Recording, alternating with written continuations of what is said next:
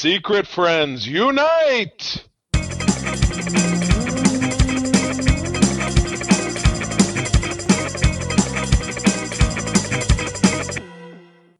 Welcome to the Secret Friends Unite podcast, episode 457. This is your guide to the geek side. I am one of your hosts, Todd Oxtra, a man with very little snow on the ground in Minnesota, joined by Charlie Carden. We had a little dusting of snow today, too, and it's gone. So, I don't want to taunt winter, but thanks, winter. That works for me, especially since I drive all over the place for my job. I don't need to be driving in a damn snowstorm, so I am all right. But hey, doesn't that satisfy our usual chat about the weather? So what's more exciting is to welcome everybody to the show. Glad to have you back. And then also to give some special love and consideration to the fine folks who are part of our Secret Friends Unite Patreon over at patreon.com/Secret Friends Unite. Go there, check us out, and get a free 1-week trial to check out all of our fun additional content. There's more there all the time. Stuff comes out weekly. There's a catalog of stuff going back over almost the last year that we've been over the last year, I think, that we've been doing it. So yeah, we'd be very excited to share it with you. But our top Patreons include on the Friends with Benefits level, John Sedorf, the fantastic Phoenix Sisters cosplay, Brendan Myers, the Asian Sith Mistress, great cosplayer, Corey in HD, great friend of the show, and music enthusiast Matthew Keel.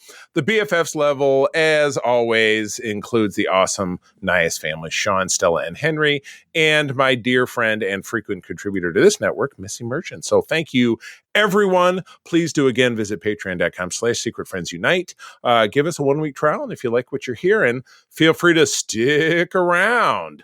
So, Todd, anything else before we jump into this fantastic selection you found for us on the cover front? Correct. So just let everybody know, this is year 10 of Secret Friends Unite. It's kind of crazy because I was thinking of the numbers. I'm like, yeah, we started in 2014. Yep. And we actually did, in 2014, a Friendy's Award. So I was looking at the number, I was doing counting, and I'm like, okay, yeah.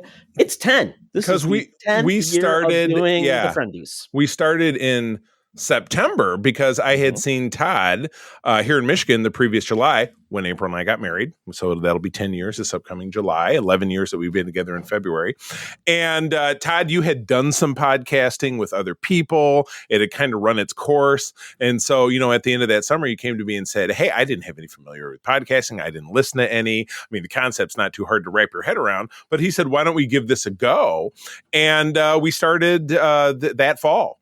And I sat on the little couch. We had a rental house, so there was a second floor that had a little den, and I sat on the couch there, and that's where I recorded. And that turned into not having a desk, so I laid on my bed and recorded, and finally I got around to having this studio. But we've been doing it, and we have people who enjoy our stuff, and we just enjoy doing it. So that's really where we're still alive, still doing it. Many changes. And you can always go back and listen to old ones if you're curious. I don't recommend it. Yeah, I don't know that first episode is even. I don't know how far back the website goes. We did that intro for many more episodes, and that was my decision. I know. Well, you know what? You got to break a few eggs, right?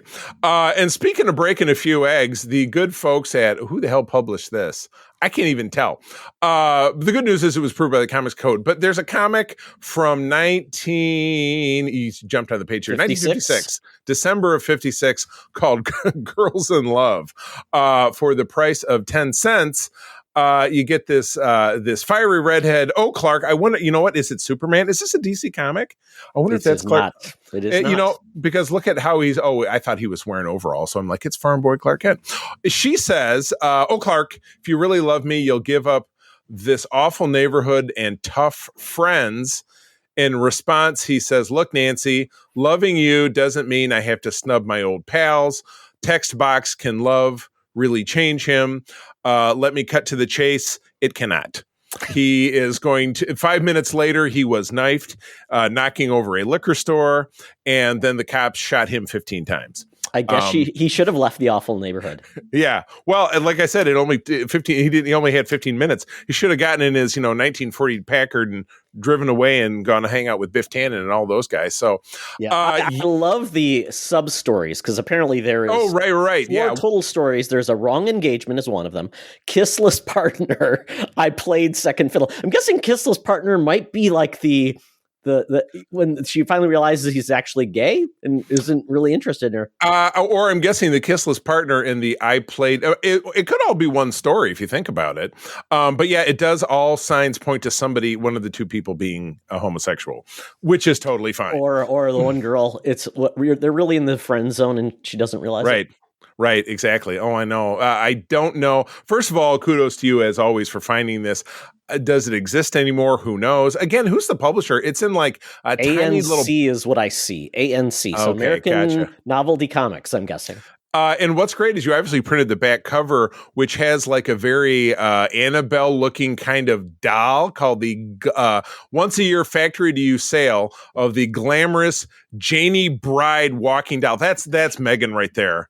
That is, what the hell? Yes. Factory sale price of $2.98. Now, I'd have to get out my favorite app on my phone, which is the inflation calculator, to know what $2.98 is in $1956, but it is a $7.99 value in retail stores. So this is buying, factory direct, passing the savings on to you.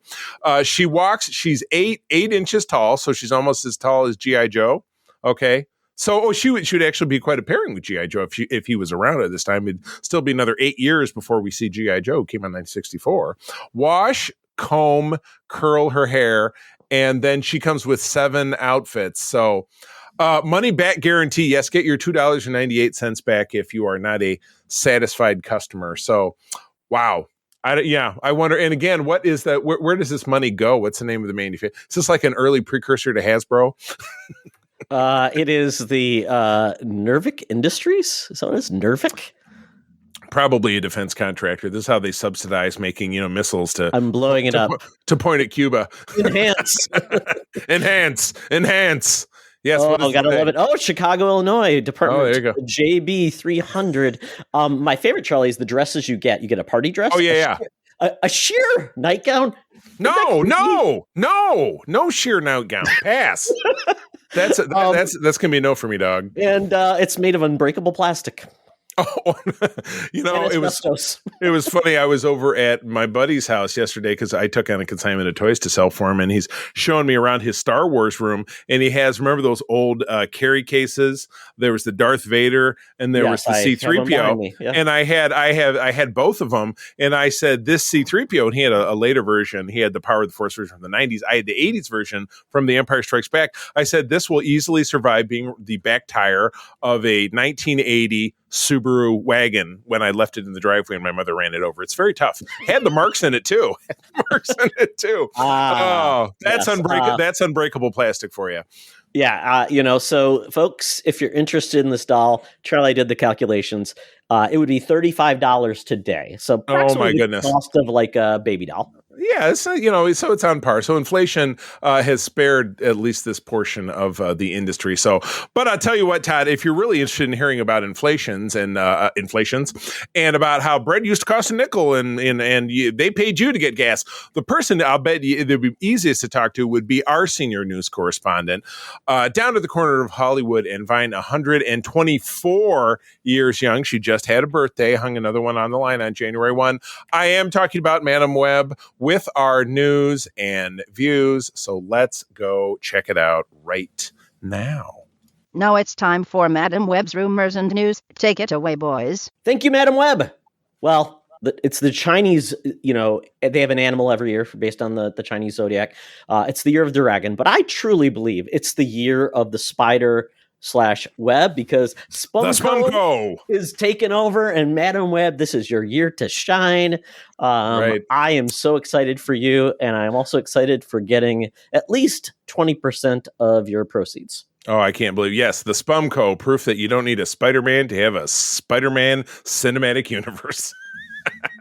Not a Spider-Man in the MCU sighting to be seen anytime soon. No, thank you. All right. Well, up first, we actually talked about this on Code 47, which you potentially listened to yesterday, as which because it drops on Monday. This drops on Tuesday. But Patrick Stewart was on a podcast, and it was funny. I quoted, I don't know if it does say it in this article. This is a different article than we used. I used something over on Trek Movie, which is usually our source. But he was on the Happy, Sad, Confused podcast, which is a great place for a guy of Patrick Stewart's age.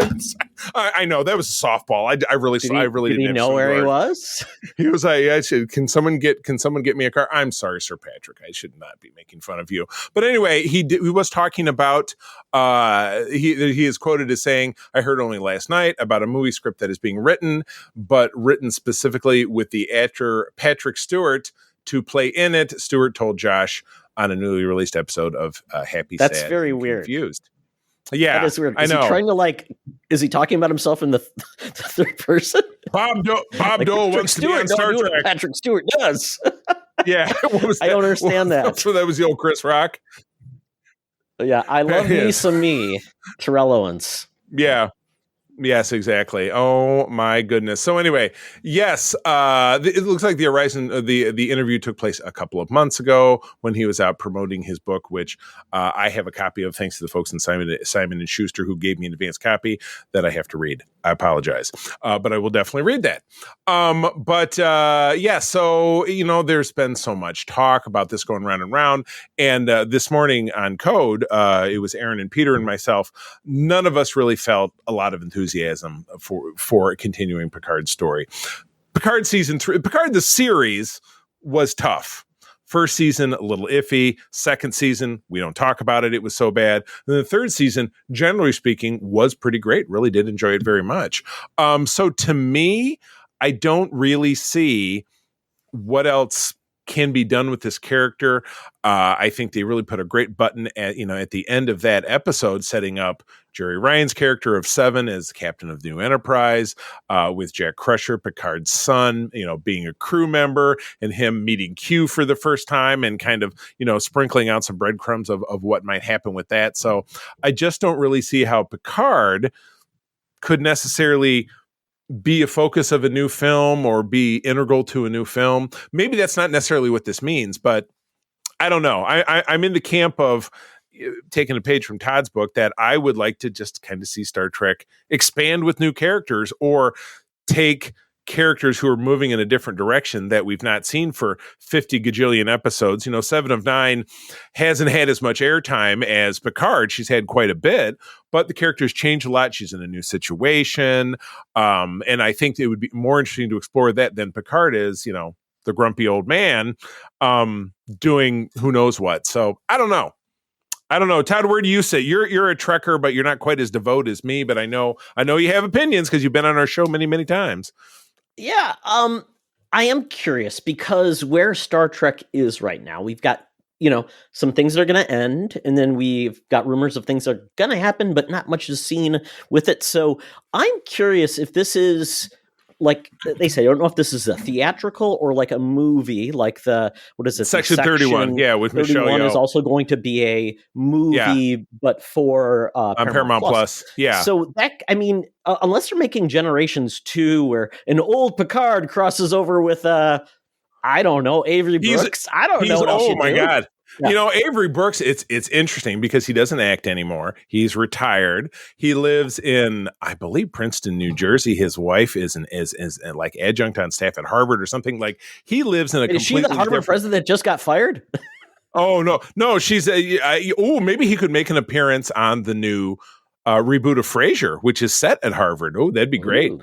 Oh, because they were both Starfleet captains. If you remember, Kelsey Grammer did have a guest starring role on TNG as a Starfleet captain once upon a time. Hope not. But, and plus, I think we noticed even by watching that documentary, The Captains, which came out in 2011, that he's maybe living on a different plane of existence from the rest of us. So we're not likely to ever see Avery Brooks again. The same way we're not likely to see Jolene Blalock, who played T'Pol in Enterprise. She's left, she's left the industry or whatever it is. So, oh, really? Okay, I didn't know that. Yeah, no, that's what but she went on to him, she got married, raising some kids. And you know what? Isn't that really the dream? Not to just work forever. Hey. I mean, Yeah, it all depends. Doesn't mean she'll never come back. I mean, I've left the industry, and the industry has been okay without me. You think so? I mean, but so. Really, what's in your heart? What's in your wallet? So, exactly. Thank you, Capital One. But this made me think, what if it's just a cameo? Cameo works. Like maybe it's the Starfleet Academy. And he went back to teaching, which he was doing maybe in season 2. Professor, maybe, and he's like showing up, or maybe he's a guest lecturer, and that's part of that, or something else. Maybe it's just a scene that is a flashback to something else that's important. I don't know. Maybe he's got a smaller role within something bigger that could be continuing on that time frame. I mean, with so many characters, again, you think about Star Trek Legacy, which has been this hypothetical thing that's been floating out there since Picard ended, which is now coming up on a year. Because I know when we were on the cruise, which was almost a year ago, one of the cruise night events is they debuted that week's episode like a day early, and they debuted it at midnight, which was hella late for the rest of us, because it was going on. So if that was a year ago, then Picard wrapped over 9-10 months ago. So since that time, then the strike happened in May, and so nothing happened. But the overall big picture is the Star Trek Legacy, and where do we pick up those threads of Jerry Ryan's character going off and having Ed Speleer's Jack Crusher character join in. But really, there's a wealth of opportunity for characters from Legacy, if that was truly the name of the show, from every Trek production of those who are still alive, and because of the original series, we only have the 3 actors left. And it got even Walter Koenig got a voiceover cameo in Star Trek Picard. I don't know if you knew that, but he was the president of the Federation whose voiceover you heard when Earth was being attacked near the end of the series. So, but really, DS9 actors, Voyager actors. DS9 seems to be the one area that they just have not. I mean, except for Worf, who was in both, obviously, but beyond that, it feels like Kira. I mean, obviously, Dak. We've seen. Well, and some of the characters isn't going to come back, right? Yeah, because she's. We've seen. Terry. And I've met her a handful of times. She's a lovely woman, but no, that character was killed off. But also the young lady who played the second Dax, Ezri Dax, who we met, I've also met her, and she's also lovely. But they do the circuit with all the conventions and stuff, but they're all still actors, so the chance to bring them back, Cole Meany, who was O'Brien, was a character who really only second to Worf, he was on the 7th season of the show. Yeah, and he was on TNG. Yeah, or Alexander Siddig or Sid Fidel, who played Dr. Bashir. Absolutely. And he's still acting. I think he was playing he played an actor I just saw in something. I can't remember what it was. Well, he did a stint on Game of Thrones as well, but then again, that's what it was. Yes, yeah, exactly. Yeah. But he's great, and he does the convention circuit. But again, a lot of these folks show up in Lower Decks. Visitor, is she doing anything? Visitor, she does. I danced with her on the cruise during the big dance party we had. It was kind of fun. She's super cool. Yeah, she's super cool. I believe she's a professional dancer now. She actually, that is her background. She has always been a professional dancer. No, we didn't do any ballet. We were just dancing to music. Okay, not break dancing or anything like that. Not with his with these hips. Ouch. But anyway, I'm an advocate of a guest star, a cameo, but certainly something focusing on the character doesn't really speak to me. When is the next big Trek event where they could drop something like that's good. Like an event, the cruise. Yeah. The cruise. Okay, so they do drop things, like they make an announcement there or something. Well, unfortunately, during the cruise last year, it was announced that Discovery was ending because that was actually a phone call that poor Doug Jones got one morning, and then he came and did a panel. Somebody put on the intercom on the ship. Yeah, you're done. You shouldn't be listening to this. Yeah, it was an episode of Ray Donovan. You're done. Okay, but I'm just wondering, there's got to. I mean, obviously, to have things to show, like maybe Academy or something like that. I mean, there's got to be a time when they would do that. I mean, right now, production wise, Strange New Worlds is now filming it again, which is exciting. This is the reason why Jonathan Frakes isn't going to be on the cruise. He had to cancel because he's in Toronto directing, which is awesome. But we know, Prodigy is back on Netflix, is being very successful. The next thing where I would imagine we'd be expecting to hear is when we're going to get season 2 of that. We know Discovery is going to be in April, but we don't have a date yet. So I would imagine in the next month there will be announcements of different things happening. So I don't know. I'm excited.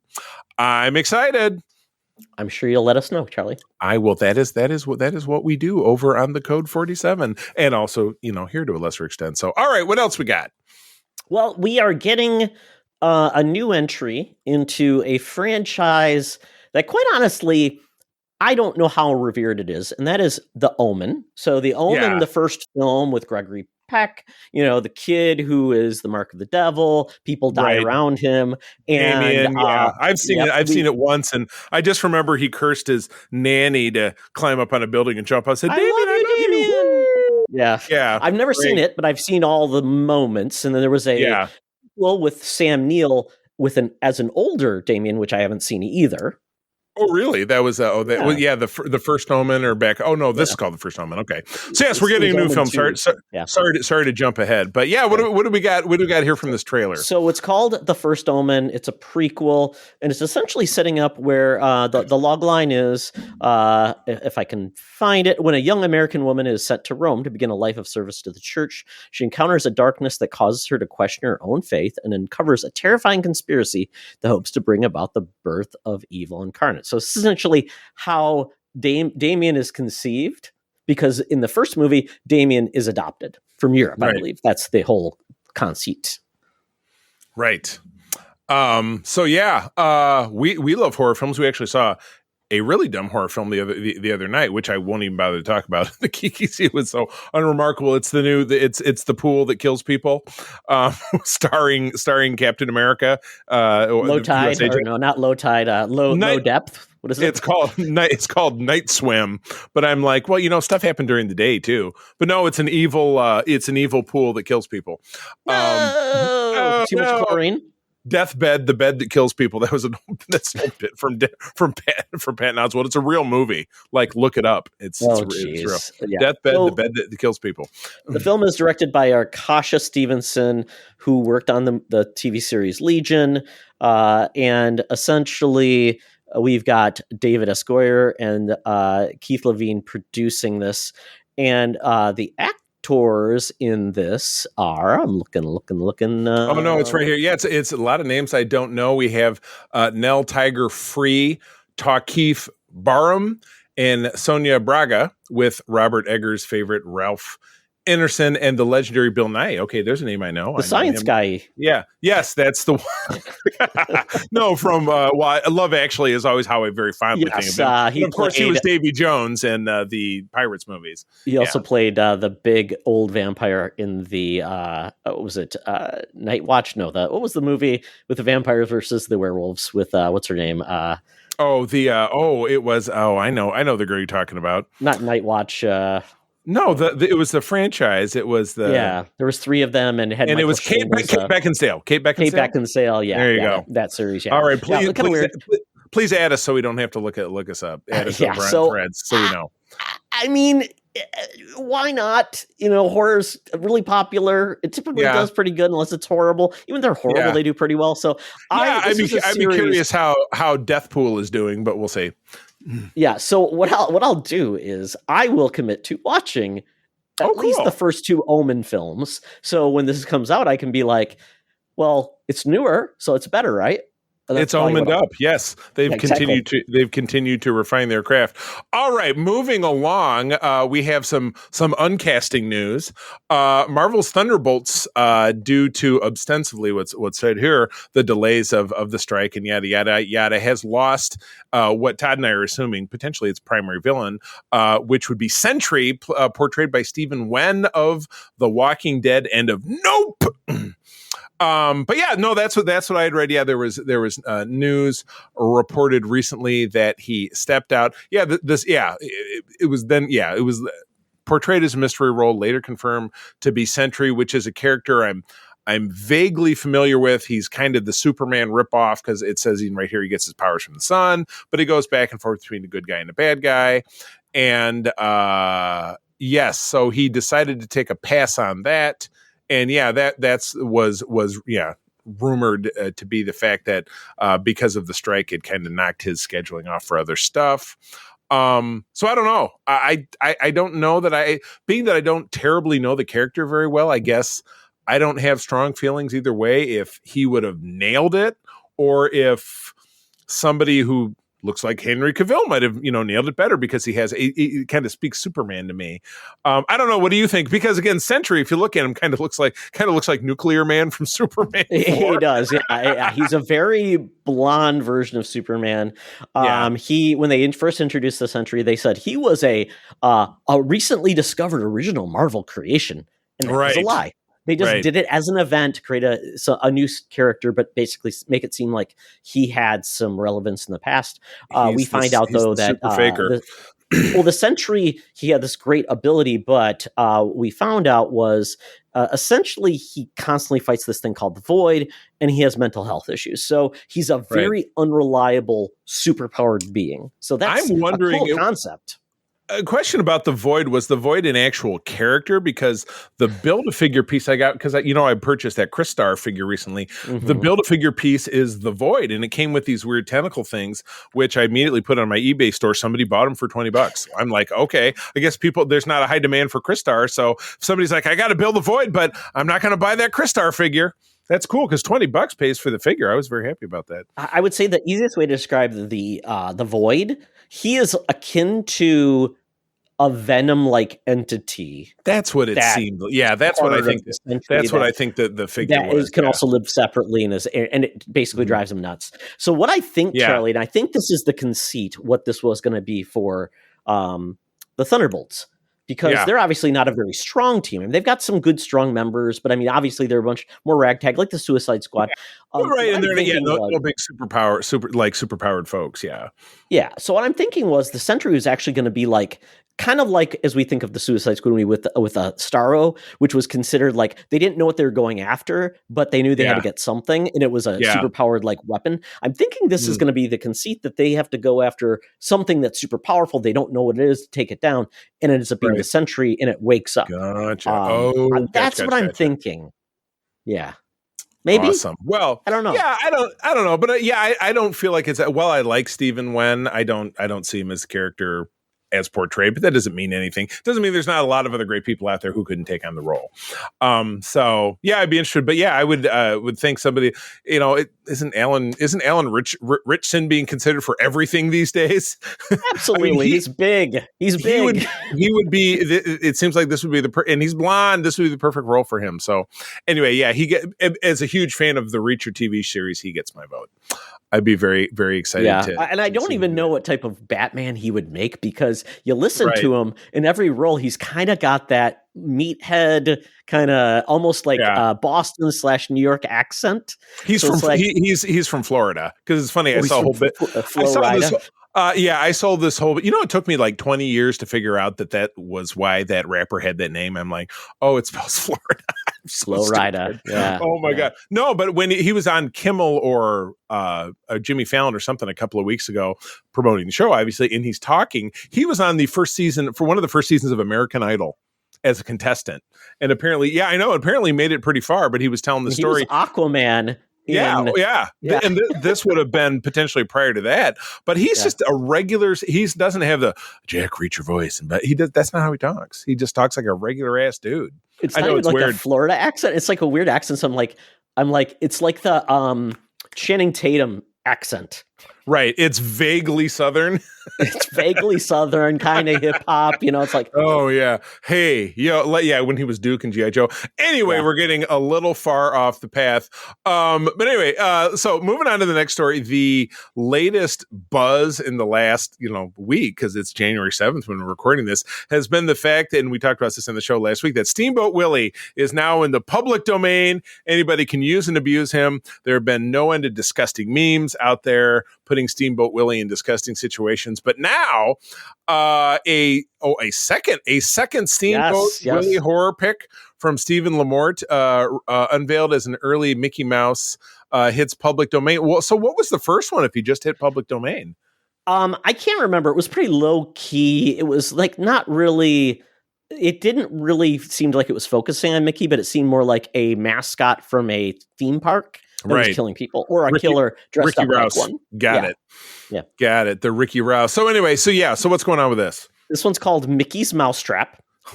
We have a promo image of him with a bloody knife looking at like New York City. Right. And Stephen Lamort has produced the Terrifier movies, which I don't know about it, Charlie. Have you seen any of those Terrifier movies? They look horrific, and I've heard they're like grotesque. The evil clown that's white. I forget what his name is. But yeah, so he's involved. So I guess that will bring the chill to this. And there was apparently there is a trailer for it, which I did not watch. So it's somewhere. It's not even in LinkedIn here. But apparently it's probably for the best. They apparently did another. So I don't know if you remember seeing it. It was basically he and Amy Schumacher, not Amy Schumer. Oh God! They collaborated on the horror film The Mean One, which is based on The Grinch. So basically, using the Grinch as a killer, and he also worked on. So basically, they have experience working with taking a property and converting it into something more grotesque and over the top. But we are going to get a lot of these, even in the video game world. We got one that was basically using a Mickey Mouse like image, but apparently there were neo-Nazis involved in it, and they were using terms like neo-Nazis would of extermination. So it's like, I don't know if there's going to be anything that good comes out of this. Highly unlikely. But the only good thing I have seen, it's the meme of, it's got the GIF of Mickey Mouse, Steamboat Willie, like driving a boat, and it's with the Titanic, where he's the pilot of the Titanic. he's whistling. So that might be the only good thing that comes from, or we'll see him on Family Guy for sure. In one of those. Yeah, I'm sure they're working. Remember the time? Yeah, like that time that Steamboat Willie and I. Yeah, exactly. Oh my God. Yeah, that drunk sea captain we had. Can't even wait for it. My goodness. Yeah. So obviously we've got Winnie the Pooh, Blood and Honey that came out. We've got a sequel with Tigger now because Tigger is now public domain. So if you like these things, kids, hold on. You're going to get your more than fair share. And I'm assuming most of them will be bad. You know what? And April and I don't have any aversion to see them because we have that monthly membership thing to the local theater chain, and we just last couple of months just did not go. So that's why we went and saw Death Pool on Friday night, because we're like, you know what? We're paying for this, and we love it because the theaters are never full, generally sit in a row by ourselves, and we can just do what we do when we do our Patreon show, Bad Trip to the Movies with the Cartons, and we can just heckle it and quietly to each other. And we have fun. Isn't that really what going to the movies is all about? Truly is. Truly is. All right. Well, that takes us out of the news, but it is time to get out that Fuber app, that feeble Uber app. Time to get down to the place where we chat about stuff we enjoy. But wait! First, a word from our sponsor. Hey, Secret Friends Unite, let me tell you about Zencastr. We use them for our show, and now they're supporting us. Zencastr is now the all-in-one solution making podcasting easy. It's the ultimate web-based podcasting solution. Provides high-quality audio and video podcast production and hosting. With a full suite of professional tools, podcasters can seamlessly record, produce, and publish studio-quality content, all from one dashboard. Being a creator has never been easier. And we chose Zencastr because of the ease of use. High quality output, and it makes it super easy for our guests to come on. We had multiple solutions we tried before, and Zencastr has just been the best fit for us. Why Zencastr? It's now super easy to record a podcast with Zencastr. Log in using your browser and start recording a high-quality podcast right away. Record studio-quality sounds and up to 4K video with your guests. Feel a sense of zen knowing Zencastr's multi-layered backups ensure you always have your recordings in the highest quality, even if the connection is unstable. Have you ever worried what you sound like? Zencastr's post-production process makes you sound buttery smooth. It automatically removes those ums and ahs in your recording. It removes those awkward pauses in conversation too. Set the right podcast loudness and levels while reducing background noise with the click of a button. So if you're interested in making an easy, high-quality podcast just with the click of a browser button, go to zencastr.com/SFU and use our code SFU. You'll get 30% off your first month of any Zencastr paid plan. I want you to have the same easy experience I do for all my podcasting and content needs. It's time to share your story. Now back to the show. Talk nerdy to me. talk nudity to me. We're sitting in the Geek Easy, cover bands playing, drinks are poured, and we are ready to get our nerd on. Well, kind of quiet. I haven't been out to the movie theater. Was going to go see Wonka, but I'm kind of recovering from some things. Didn't get around to it myself, Yeah, so I might go see Wonka next weekend. I've got a free movie ticket I can use. We're still waiting for like some big movies to, start coming out in January. So it's kind of quiet. There are some TV shows coming out, but I really only watched one thing. I watched it with the wife, and that is Doctor Who. The special one, which just came out. It's basically, there are 3 Doctor Who specials for the 60th anniversary. This is not the Christmas special. This is not introducing the new Doctor. This is essentially, if you're up to speed, I don't want to give it any spoilers, but the end of Jodie Whittaker's run, there was a transformation, and we got, don't listen for like 5 seconds. I think people know David Tennant. Yes, that's been out there for a while. I think so. He's in all he's in all of the advertisements, the trailers, and so the first special essentially is David Tennant really reuniting with Donna Noble. And if you don't remember where Donna Noble left, essentially wasn't she the one who was on The Office? No, she's a redhead. Kind of looks like was Donna Noble? I thought she was on The Office. The American Office. Yes, I absolutely believe she was. Okay, well, I'll believe you.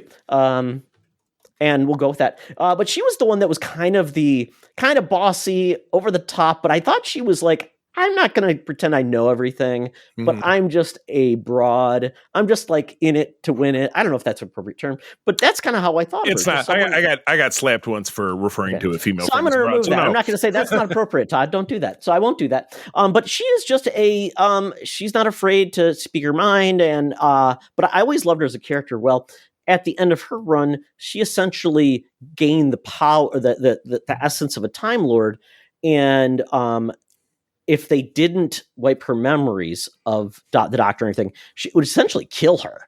And so she doesn't know who the Doctor is. She doesn't remember anything about it. And that's kind of what this episode was dealing with. So I don't want to go anything more there, but I love this episode because it does feel like it's a Monster of the Week episode, which is perfect. It doesn't really try to do anything more than it does in one episode. Yeah. So I think if you've been out of Doctor Who in a while and you like David Tennant, or even if you haven't seen David Tennant before, I think it's a great episode. I was truly pleased. And those are over on Max, correct? No, that's the big change. So if you want to watch all of the old Doctor Who through Jodie Whittaker, starting with Eccleston, right? Eccleston, 2005, yeah. Those are all on Max. So this is where it gets a little bit interesting. Okay. But everything new, starting with this episode, and the it's on Hulu, isn't it? Or it's on Disney Plus. So I think we did talk about that. Yeah, BBC is partnered with Disney. Anything outside of Disney Plus is just on the BBC. So that's so if random. You have Disney Plus, you get this, and apparently because of this, they're getting a much bigger budget, which the BBC never had big budgets, so I thought it looked great, but they still used practical effects in a lot of ways, and which I appreciate that. Yeah, I appreciate practical effects. Yeah, I highly recommend this, and I'm excited about to see where it goes. Obviously, our friend John Sear has said he is so pleased with these because he was really disappointed with the writing and quality of the Jodie. He liked Jodie Whittaker, he just didn't like the way the episodes were handled and written. So I'm excited for this, and we know the new Doctor we're getting. And he has a new companion. So I always like when there's a new Doctor starting off because it feels like there's so much promise. So it's kind of like a first season or a new season of a show. Like, Worf is on DS9, 7 of 9 comes to Voyager. Exactly. New adventures through kind of a fresh lens. That's cool. Yeah, and John and I have covered a couple of seasons of Doctor Who over on the Facts Geek Life, which is one of our Patreon segments, and we have some other ones coming up. And I have just really lagged. Watching this new stuff, so I'll leave it to John to motivate me because I did not feel bad skipping a lot of the Jodie Whittaker stuff because I just felt like it wasn't grabbing me. I haven't seen a one. So no worries there, Charlie. You don't even have to worry about it. It was really mired in kind. No, we went back and we did some stuff out of sequence. I think we did series 8, and jumped back to 7, and now we might be jumping forward. Like I said, when I do that show, because Todd, you did a segment with me, Sliders, not that long ago, is that I let my guest choose not only the series, but the season. We obviously start with the season actually, in this case, he picked one. And then the episodes. We talk, usually 3 episodes. And I figured I learn from the guest kind of what they enjoyed and why, and then we kind of discuss from that point of view. So anyway, well, good. I'm sure. And the good news, John has agreed to come on this show to talk about basically the first 3 plus the Christmas special once we're all up to speed. So probably February is what I'm thinking. That works unless it happens when I'm gone, in which case I don't have to worry about it. But I would like to watch them. So sure. Well, good. Well, I watched a couple of things. Obviously, I talked about the Pool of Death. I kind of talked about that. Don't need to talk about it anymore. But my wife loves Netflix, and I'm like, oh, Netflix. If we could drop something, I'd drop Netflix. But every once in a while, they kind of knock one out of the park, and they did this with this movie. And I thought I had to go back and what the hell was the name of that? Because we watched it, and I absolutely loved it, but the name of it just did not resonate with me. It was called Leave the World Behind. Big names in it. We have Marshawn Ali, Julia Roberts, Ethan Hawke. Are just, Ethan Hawke and Julia Roberts are a husband and wife couple. They live in New York City. They are going out to Long Island. They probably not as far as the Hamptons, but kind of mid Long Island, the part where you can look across and see the city. So that's not the Hamptons, as I understand Long Island geography, which I really don't. Please add me at Threads if I got it wrong. But anyway, they have taken out a summer rental, an Airbnb, and they're starting to enjoy their vacation where they just start to notice some weird shit going on. They're on the beach, and this huge tanker liner smashes into the beach, out of control. The crew dead at their hands. And the first night, there's a knock at the door, and it's this affluent black businessman and his knock at the cabin. They're here. My dog just heard that. Oh, whoops. It's getting a little too real. It is this affluent black businessman and his adult daughter. And they're saying, hey, this is our house. And I know this is unusual, but we're really hoping we could stay here because yada, yada, yada. And you can tell that the two of them know something. Marshawn Ali and his daughter know that something is up. Okay. And over and Julia Roberts' character is a bit despicable. She's racist. She clearly does not like black people, and it's coming out pretty regularly as it goes on. Where Ethan Hawke he's a very affable guy. He's a college professor, kind of easy to get along with. And their kids they have a teenage son and a pre-teenage daughter. And I'm going to encourage people to watch this. So I don't want to say a whole lot more, but it is, it's a movie that touches upon, and Todd, I kind of spoiled the twist for you. But it's a movie that touches upon another movie that we're really looking forward to, called Civil War, that comes out in a few months. So this was Captain America shows up. Yes, that is actually how it looked like all hope was lost, and then Captain America showed up. But it was a secret Marvel project. It was the Bucky Captain America. So Todd, It was not for you. Like I said, Netflix is because so much of the stuff they crank out. Like I said, April loves Netflix, so she watches stuff without me, and occasionally she drags me into one. I'm glad she dragged me to this one. I loved it. I would recommend it. And the great thing is Netflix, most people have it most of the time. So I'm going to give this one my weekly recommendation. And then secondly, in between reading, comics for Spinner Rack, which Todd and I do, it's one of our Patreon segments, I do try to jump in there and get caught up on Amazing Spider-Man because I don't want to lose my record as having read every issue.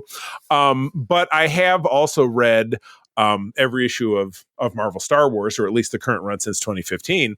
And it ebbs and flows. The problem with the Star Wars comics is that they're very wedged in between the original trilogy. And Todd and I joke about this all the time, and John will jump on the bandwagon. Some of the early issues, it's been published in 2 volumes since 2015. Volume 1 ran 75 issues, and then Volume 2 is in the early 40s as far as the number of issues. Not sure when it's going to end, but Volume 1 was set between A New Hope and The Empire Strikes Back, and it made sense because it was a 5-year period of publishing, kind of compressed into the 3 years that took place between those films. And, it took them a little time to find their footing. Todd, I'm sure will very fondly remember the Everybody Has Lightsabers issue where they had to fight like a General Grievous thing that had an Admiral Akbar head. I mean, they've had some misses. But recently, so Volume 2, and again, I've talked about this before, is now taking place between Empire and Jedi, and you're watching Luke's, voyage, kind of fumbling his way through figuring out what it means to be a Jedi.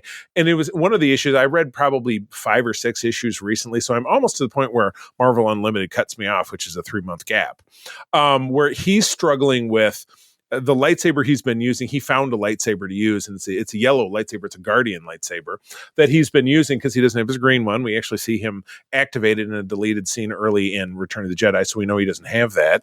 But it gets damaged, so he goes on a quest to find a new crystal. But he has to go on this vision quest where he speaks to Yoda in the kind of space in between, and they address why did he never go back? Why did he never go back and get more training for Yoda? So that I found pretty interesting. And Todd, you would love this. One of the through lines since the beginning has been the relationship between Lando and Lobot, and how Lobot is a big character in Volume 2. And I know you love Lobot, so I'm just saying. But the current tie-in, which I'm just about to lump into, was this Dark Droids crossover where Lando is trying to save Lobot because his technology, all his implants are failing, and he's got to take him to Jabba's palace to get him fixed by the torture droid you see at the beginning of Return of the Jedi. So it's very layered. It's not, I wouldn't say it's the absolute greatest, but these last few issues that I've read, I've actually really enjoyed them. So it's just kind of peaks and valleys with that. But yeah, Lobot is, and again, unfortunately, because I caught previews for things releasing this upcoming March, Lobot lives, but I mean, he can't really live because we don't see him in Return of the Jedi. He's probably still yet to either die or to go off on a vision quest. I don't know. Charlie, that's so funny because I was looking. So the original Star Wars comic, issue 56, is it's Lando fighting Lobot. The volume 1 for the first run from 1977. Yeah. It's so funny. And you can win a 10-speed buck. I know the exact cover you're talking about. Yeah, I started to follow. Too funny. I started to follow, very famously, the first comic I ever purchased was issue 65 of that run. It was, and I have a framed copy of it in the hall upstairs in my house. I have for many, many years. Issue 65, Golroth never forgets. Princess Leia tries to destroy an Imperial base all by her lonesome. So good stuff. And yeah, I followed the title from that comic. Ran 107 issues before they finally killed it. And I haven't read them all. The first ones, the first probably 50 are really hard to read because you get, Jackson the Green Rabbit and all this kind of weird shit. But anyway, I'm enjoying this current run. It's not bad. I'm curious when Volume 2 is. Does that go on? Are they going to ask you for like a blurb? It's not bad. Yes, it's not bad. Charlie Carden of the Holocron Chronicles on the Secret Friends Unite network. Yes, I officially categorize. And let's get, the Marvel run has given us some good characters. Dr. Aphra, Black Krrsantan, who we've now seen in the Book of Boba Fett. They've done some okay stuff. There you go. There's your soundbite. Marvel Star Wars, they've done some okay stuff. All right, that's all that I got. But yeah, that takes us out of the Geek Easy. Todd, they spit in our drinks again, so I say can't believe they keep letting us back in here. But it's good. They make us tip in advance. It's on our bill already. Oh my God, yeah, exactly. Well, yeah, parties of 0 have to tip 25%. Oh my God. But anyway, I've got out my Air Qantas app. It's time to get ourselves to the Down Under. Tina and the mutants are waiting for that fantastic annual event that we call the Friendies. Let's do it. Welcome to another edition of Thunderdome! The mutants are gathered for a topic or game to be entertained. And this week, it's the 10th annual Friendy Awards. It's 2023's best of, folks. We started this in 2014 with no clue, no format. We had no guests. It was tape delayed on a Thursday night at 2 a.m. We now are in a abandoned silo. Our guest host was fired because of allegations. So we'll be hosting again this year, Charlie. Yes, we don't have to worry about anybody coming up and slapping us, which would be great. It's not that same abandoned silo where they had all the super soldiers from Hydra in the Civil War. Because I don't think I'd want to be there. Oh man! But yeah, what a year! it was a year, and I have to think about that. I'm like, okay, well, what happened? So we cover this, and just to get anybody who's new to the Friendies, so we do a couple of different categories. First, we give our stories of the year, just kind of look back at what happened in the world of nerd. Then we do comic books, collectibles, or moments. So kind of it's more of a potpourri, but it's because we don't always get into a lot of new stuff in those categories, but it's those type of things. So that is one of ours. We do a top 3 or 5, and also a biggest disappointment. That's that first category. The second one is movies. We do top 5 new, because we want to hit on new things, but then we say new to you favorite. So maybe it's something you missed from a previous year that you absolutely loved. So we love that. And then biggest disappointment. This isn't the worst thing you ever saw, but it was something you were probably excited for that just didn't deliver. It could be both. Could be the worst thing because it wasn't the best thing. But we try not to go Razzies, full on Razzies. We try to keep it a little bit, because you don't want to hear us just rant say it was the worst thing ever. Why? Because it sucked. Todd is very diametrically opposed to the worst thing ever. Just the same way that I hate militant fanboyism when someone says, well, if you don't agree with me, you're an idiot. Yeah, exactly. That's my pet peeve. And the worst thing ever is Todd's. We knew everyone's opinion always changes everybody else's opinion. It's always guaranteed. It's a stone cold lock. Yeah. Last is TV. So top 5 new. Favorite ongoing, so if there's a series you just love that keeps getting better, then a favorite new to you, so something you just discovered from a previous year, and then biggest disappointment as well. So that's how we kind of wrap things up. But Charlie, before we get into it, we had a lot of great picks from our community. Yes, I love it. The threads and Twitter and our Discord group. So let's hit on those. Do you want me to take the first one, or do you want it? You know what I'll do? This is actually my friend Anna, who lives in Ann Arbor, who runs Cosplay Over 40. She's awesome cosplayer and just overall cool person. But she hit us up on, I'm assuming this is on Threads? Maybe? I believe so. So. It was from Threads, yep. She gives a Friendy to the live-action One Piece, Todd, which I know you've talked about, finally breaking the animated live-action curse started by Dragon Ball Evolution and perpetuated by Cowboy Bebop, Ranma, One Half, and many others. Anna, I love you, but I don't know what almost any of that means. That's I do, and she's right. Yes, and good job. Yeah, good job. Like thank you for responding. Yeah, absolutely. And I'll jump into this next one because this is Jordan. She is a part of the USS Grand Petoskey crew, one of my trekkers, but she is also active on our Secret Friends Unite Discord too. Very nice young lady. She's actually a student and an employee of Grand Valley here in Grand Rapids. She's a very nice young lady. In television, Jordan enjoyed 911 Lone Star, Abbott Elementary, and The Boys. Okay. Though The Boys really wasn't ongoing in 2023, but you can call Gen V The Boys. It's kind of the same averse. She enjoyed, in TV, her favorite new to you was the animated Justice League and Justice League Unlimited, as well as Young Justice. Todd, those are all ones you've talked about.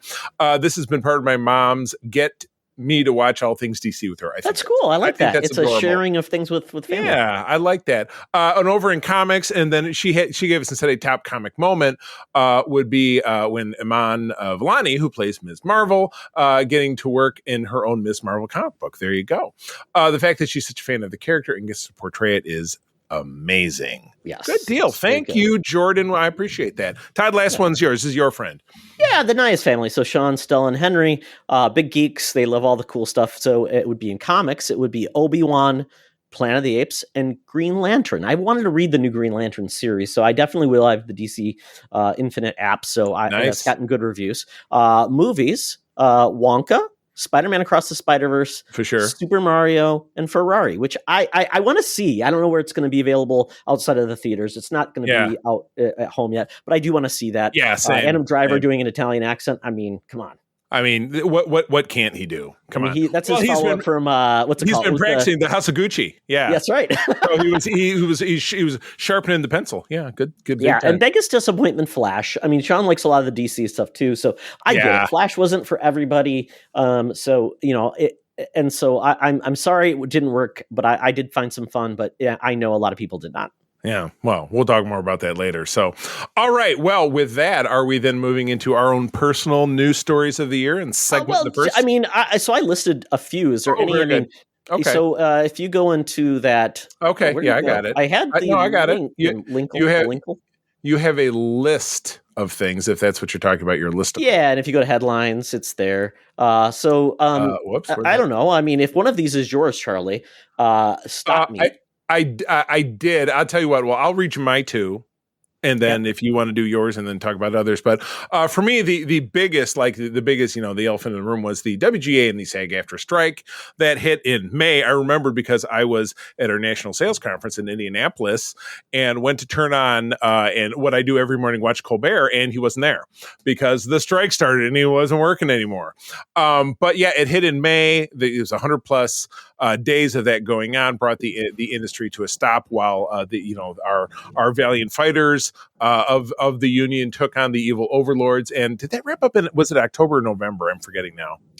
It was right before the Marvels came out, so like end of October. Oh, okay, gotcha. And now they're back and things are being made again. So for, without a doubt, story of the year. The second thing that I jumped upon is that the bloom is off the rose, I feel like, for superhero films. Flash, the Marvels, Aquaman 2, all did dismally, some worse than the others. And what does this mean? Signaling what's going to come forward, and particularly in light of, obviously, everything that happened with Jonathan Majors, which I know is another one of our headlines. I feel like there's a change on the horizon because of what we've seen this year. So, yeah, well, Sony's going to change that, Charlie. They're going to turn. The Spumco. The Spumco is going to revolutionize things. Yes, 3 movies that are obviously going to be of such critical and financial success that your socks will, in fact, be blown all the way off. Yeah, I think the only outlier really for success, except for Guardians of the Galaxy, I would say is an exception to the rule, just because the end of the original, Infinity War. It was just the last piece of that. Yeah. But I think Across the Spider-Verse did exceedingly well, significantly better than the last one. And I think that may say maybe we're ready for animated superheroes to fill a different gap for younger audiences and things like that. Right, exactly. Yeah, and building brand loyalty with younger audiences and making it more something that's, because remember, you remarked this not long ago that Marvel used to be for everybody when there were 5 films or 10 films, and now there's 35 films and 10 shows and blah blah blah, and it's too difficult to manage and people tend to wear out. So, all right, what do you got? What's going on? So, I agree with you, like on the big ones. So, I think for me, I think one that, it's going to be bittersweet. And for some people, it's like, thank God. But for me, it's bittersweet. The DCU ends quite a mixed bag. I mean, of movies that I would say their record, or, the percent of hit rates, it reminds me a lot of like the Fox X-Men movies. Although I would say good, bad, good, half good, mediocre. But I think the better of the X-Men movies was significantly better than the DCU movies. Oh God, yes, yeah. You could still watch, the 2006 X-Men 3 over The Flash or Wonder Woman 1984. What? No, with the Jordan says I'm the Juggernaut bitch. No, that film is in the trash. No, like X-Men 2. X Unite with the Nightcrawler? I mean, great. That's a great flick, but I thought you were more saying that, hey, the not good of the X-Men movie is still better than that was a good one. I'm like, what? No. I was saying the not great of the X-Men movie still trumps the the BVS Suicide Squad, or the Wonder Woman 84. It's just that we're just really in the depths. Yeah, exactly. Yeah. So I'm sad because we did get some fun things out of it. I think we got some good castings, but I think it's time, and as we know, we're really getting only 2 superhero films next year. We're getting a non-DCU film with the Joker 2, and we're getting Deadpool, which really wasn't ever connected to the MCU anyways. So in that case, I feel like we're going to have a palate cleanser year, except for Spumco. They're there to remind us. Yeah, you're right. Here's the future and here's the past. Yeah. Oh God. Yeah, exactly. It's just going to be more. And I think the other thing is AI. I mean, AI was everywhere, Charlie. It continues to be. And it is wearisome. It showed up in the Secret Invasion, opening credits. The New York Times is suing people for plagiarism. We're hearing a lot about these things, and it is scary because I feel like in a lot of ways it's a problem. It's an answer looking for a problem to solve, and nobody has asked that question. Right, exactly. Yeah, which is what AI does. Extrapolates and take bits and pieces and build things. And I mean, it's easy to be amused. Like I have friends now who are making AI, like creations. I made a few of myself. I had one of my people in the club make a few of me, and whatever it is. And that seems pretty harmless, but other parts of it absolutely are not. Other parts of it that can threaten not only people's livelihood, which is definitely definitely a component of the SAG-AFTRA strike, but something that's going to threaten the overall fabric of what art is across the board is terrifying, because it takes us a step away from enjoying the uniqueness that we as a human family, as a civilization, can create when everything's being done by computers. When it's just an algorithm, it's just ones and zeros. That just does just not work. Think of any of your friends. If you have a friend that's an author or an illustrator, a photographer, and you think about like, oh, it's harmless, and you think, well, people are probably going to say it's good enough just to go to AI and make something that's not right versus artistic touch with the feel. So, AI is they're going to start charging you, Charlie, to go to AI to say make me something. Are you serious? That's how they make money. They're not doing it for free. I mean, no, are you really? The first one's free. Yeah, your AI. They put like my Funko Pop brought to you by. Yeah. Oh, yeah. It needs a sponsorship. Yeah, exactly. They can't put an ad on a piece of paper. So, but that's where it's going to go. Because when I did it through the one thing that Aaron showed me, it was like, oh, you have so many left. And I'm like, that's the one that I've got as well. I use like. And so it's basically, I'm going to pay Facebook bucks to play that Facebook game. It's going to be like that. Face bucks. Yeah, exactly. So and then the last story really was Barbenheimer. I mean, it warmed my heart to see two essentially original properties take over the box office. They weren't extensions simultaneously and have them both be so successful. Yeah, exactly. So it makes me feel good. It makes me feel like people will still come to the movie theater for original experiences that have artistic flair. They're not just a cash in. Now next year, look at what's coming out. I think I even pointed this out here. I'm like, essentially almost 90% of everything coming out over the summer is a sequel or a franchise. Or a reboot. Of something you've already seen, which is just disheartening. It's very much so, because again, it goes right back to, let's just go back to the well, and it just becomes ones and zeros. Well, if we plug this in, people will see it, and blah, blah, blah. Now, there are still some films that I'm excited about. Excited about Deadpool 3, excited about Planet of the Apes, because I enjoyed that franchise, but Godzilla. But yeah, it would be nice to know that there's another Barbenheimer on the horizon. And I've not really looked into it, but I'm not aware of anything like that that's coming up. But yeah, we'll see. Could have been lightning in a bottle. All right. Well, we transitions into the first award category, which is the comics, books, collectibles moments. I think we did a top three, right? So I did 3 to 5. I mean, it was really kind of a mixed bag. And what we can do, Charlie, is we can go back and forth. Okay. To give a little mixed bag. So, did you have 3 or 5? I did 3. Okay, so I cheated. I did 5. So I'll do my first 2, and then you can do your 3, and we'll go back and forth. Okay. So, a lot of these weren't new, but I figured that was okay. It was just really because I know we don't always read a lot of new series and things like that. Right. We do in Spinner Rack, but we don't always get to. Right. So my first one, number 5 for me, was Human Target, that comic series. Oh yeah, I loved it. I thought it was fantastic, and I thought it was something I normally wouldn't have looked up, but I just truly enjoyed it. Great story. If you're looking for something like superhero adjacent, it's perfect. Yeah. So, did you go? Are we counting down? So you did your third one? I'm doing my 5. I'll do my 4, and then we'll get to 3, and we'll go back and forth. Oh, so you're counting down. Okay. Yeah, so my 3, and I already touched upon it, and I go back and forth about this, is The Amazing Spider-Man. So one of the longest running comic titles out there. They had a fair mix. And again, I am not I'm getting it from the newsstand, reading it all the time, but I will catch up in basically yearly, like 12 issue increments.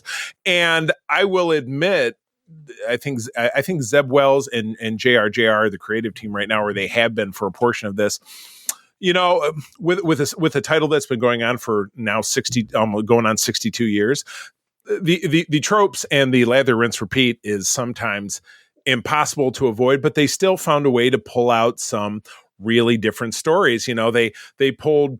We knew that there was a year gap between the end of the last volume of Being Spider-Man and the one that we're on right now, which is, in its 30s, and probably about in its 30s, getting into its 40s. So it's been around for a few years. But we know that in the previous volume, Peter and Mary Jane were looking to finally get back together. And when the new volume started, a year had passed, and they weren't even friends anymore. They weren't even speaking.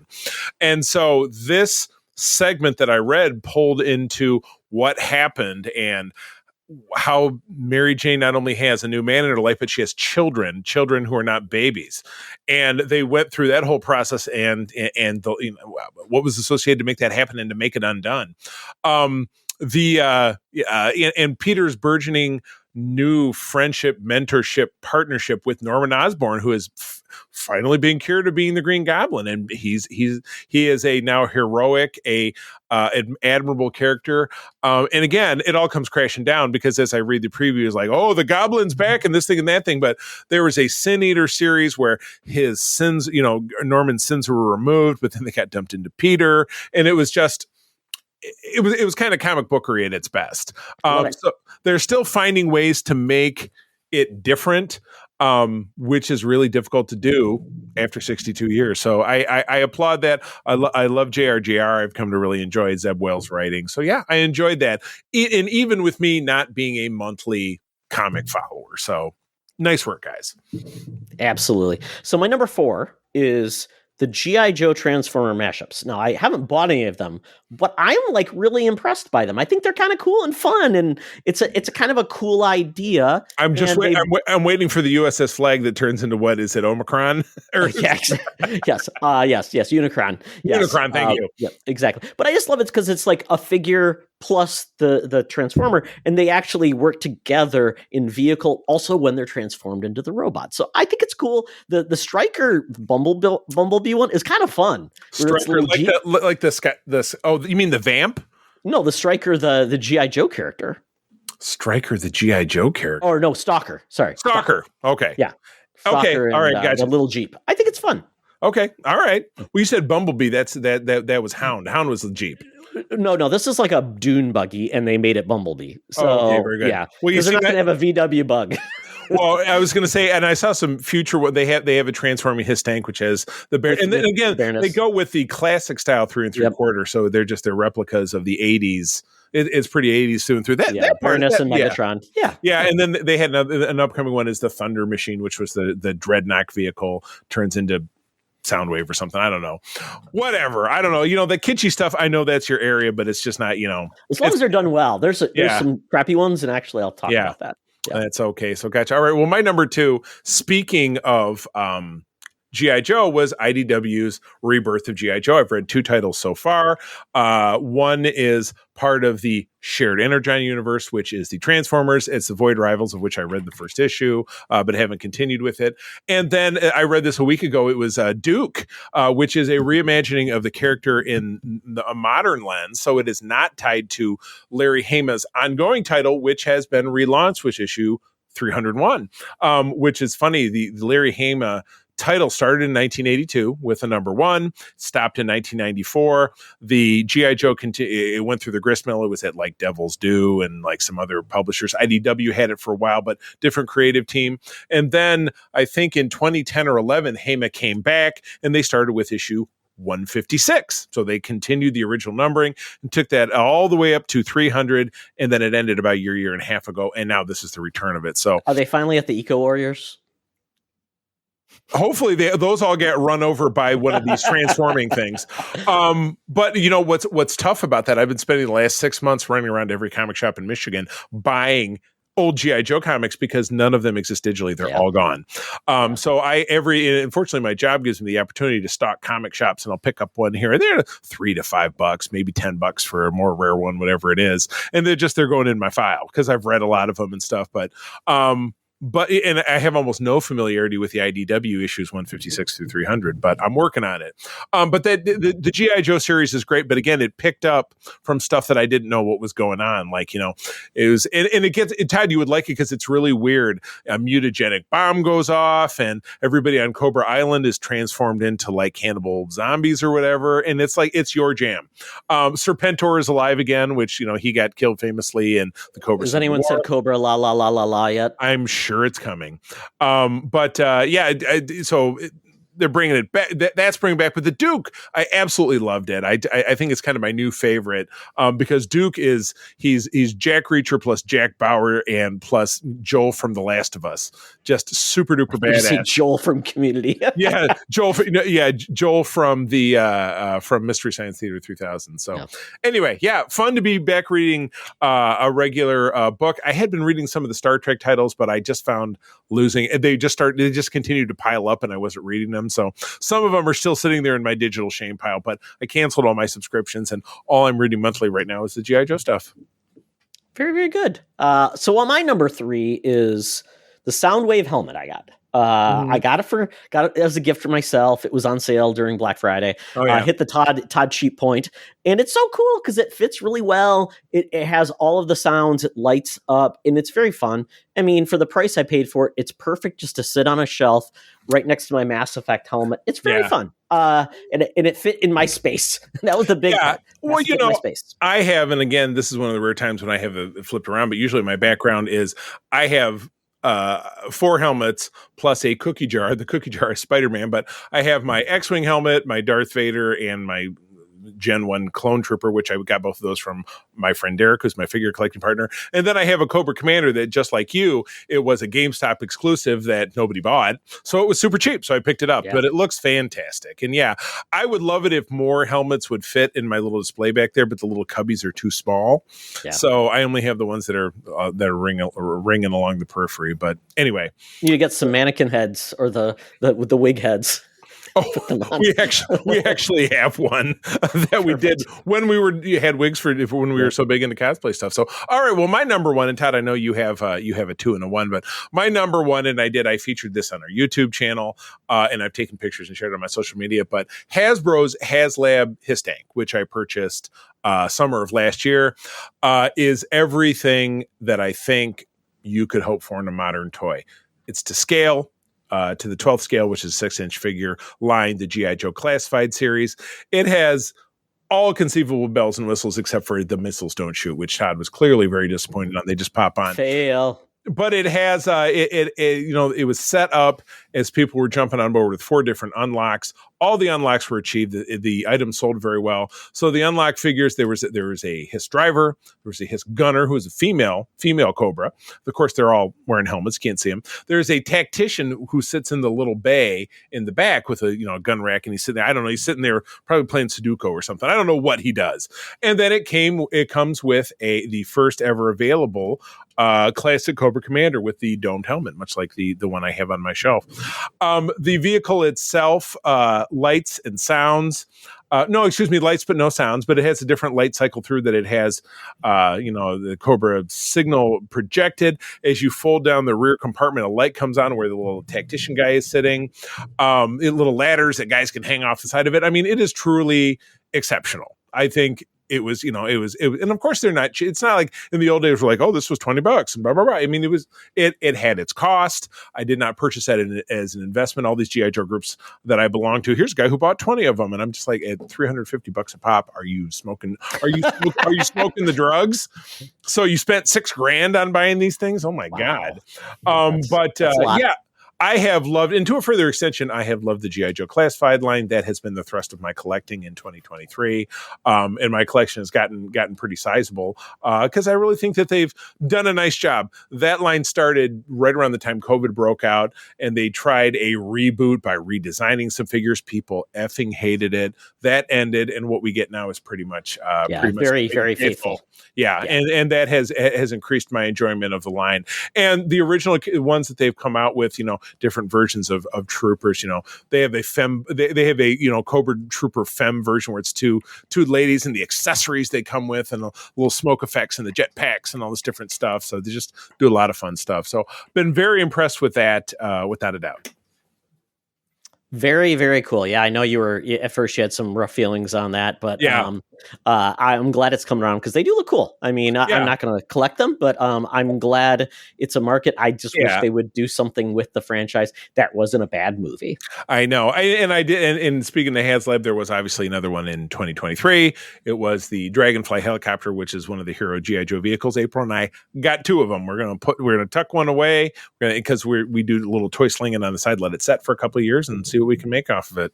Why not? Well, there you go. But we know a guy that has 20 Hiss tanks, so see him first. Just kidding. So moving on. Number 2 for me was the book Dark Harvest. I'm not a regular book reader these days just because I tend to fall asleep as I'm reading a book. But I was really encouraged because I wanted to read something that like a spooky book that led me into the holiday season. And I really enjoyed it. It's a like a great book in regards to it knows what it is. I love the way it speaks, and it doesn't stay too long. It's like 170 pages. So I like that. It was a page turner. I couldn't wait to read more. I just like they did with the concept. It was very fun. There is a movie that I need to watch. So of this, and I want to see how they did with it, because I could see how it could be a movie. Whether it's successful or not, don't know. But I got the movie on Amazon. I just bought it. So I've got it. And Charlie, you're more than welcome to check it out and consider reading the book. You may enjoy it too. I think April might enjoy it just because of the theme and everything. So Dark Harvest, it's just a really cool, kind of like a modern, parable about, the evil of the town baked into a ritual that's set in the 60s. And I really enjoyed it. So check out Dark Harvest if you're interested in like a kind of a noirish horror film with a kind of a 60s feel. So check out Dark Harvest. And then number one, comic wise, was something new, and that was The Void Rivals. It was part and parcel to the Energon universe. I'd heard rumbling that the creator of Walking Dead, Robert Kirkman has an imprint called Skybound. It's also part of Image, because he's actually, I think he's like a bigwig at Image. Oh, really? He was asked to join a long time ago, and he did. That's why when Walking Dead did really well, he said, "Hey, you should be part of us and be part of the Image Comics, publishing community." So he is, and this goes on Skybound, but it's in Image, and if you basically creating the Energon universe, which was so cool, because the Void Rivals, when it first came out, had no mention of Transformers or G.I. Joe. And this is a very simple story about two rival planets essentially fighting each other. And it's kind of like how it leads into it. So I really loved the series. It was limited. It's done. Oh, okay. Which I enjoyed. Yeah, it was just really an entry point, which was kind of cool. I should get around. How many was it? Like 5 issues? 4. I think it was 4. I bet I could handle that.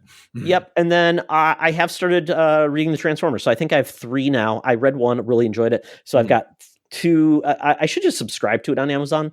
I would, and it was, if you don't, you do get a discount. So. Yeah, if you don't, they wait really long time to post the new issue. So subscribing is the best way to do it, because then you just get an email, hey, it's there.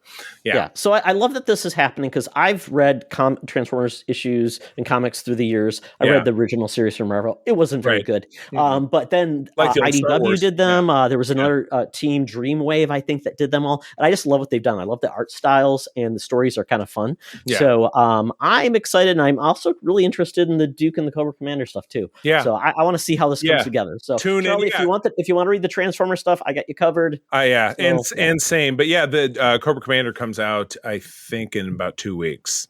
And the second issue, Duke will be out, and G.I. Joe will be out as well. Yeah. All right. Well, moving on. Biggest disappointment. Sorry, I did. My biggest disappointment, I'll go back to collectibles. The part of my collection that has now started to shrink is Star Wars. Which is a shame, because I was talking about how much I'm enjoying Star Wars. But Star Wars, the Black Series, I collect 6-inch figures, not really the old 3 3/4.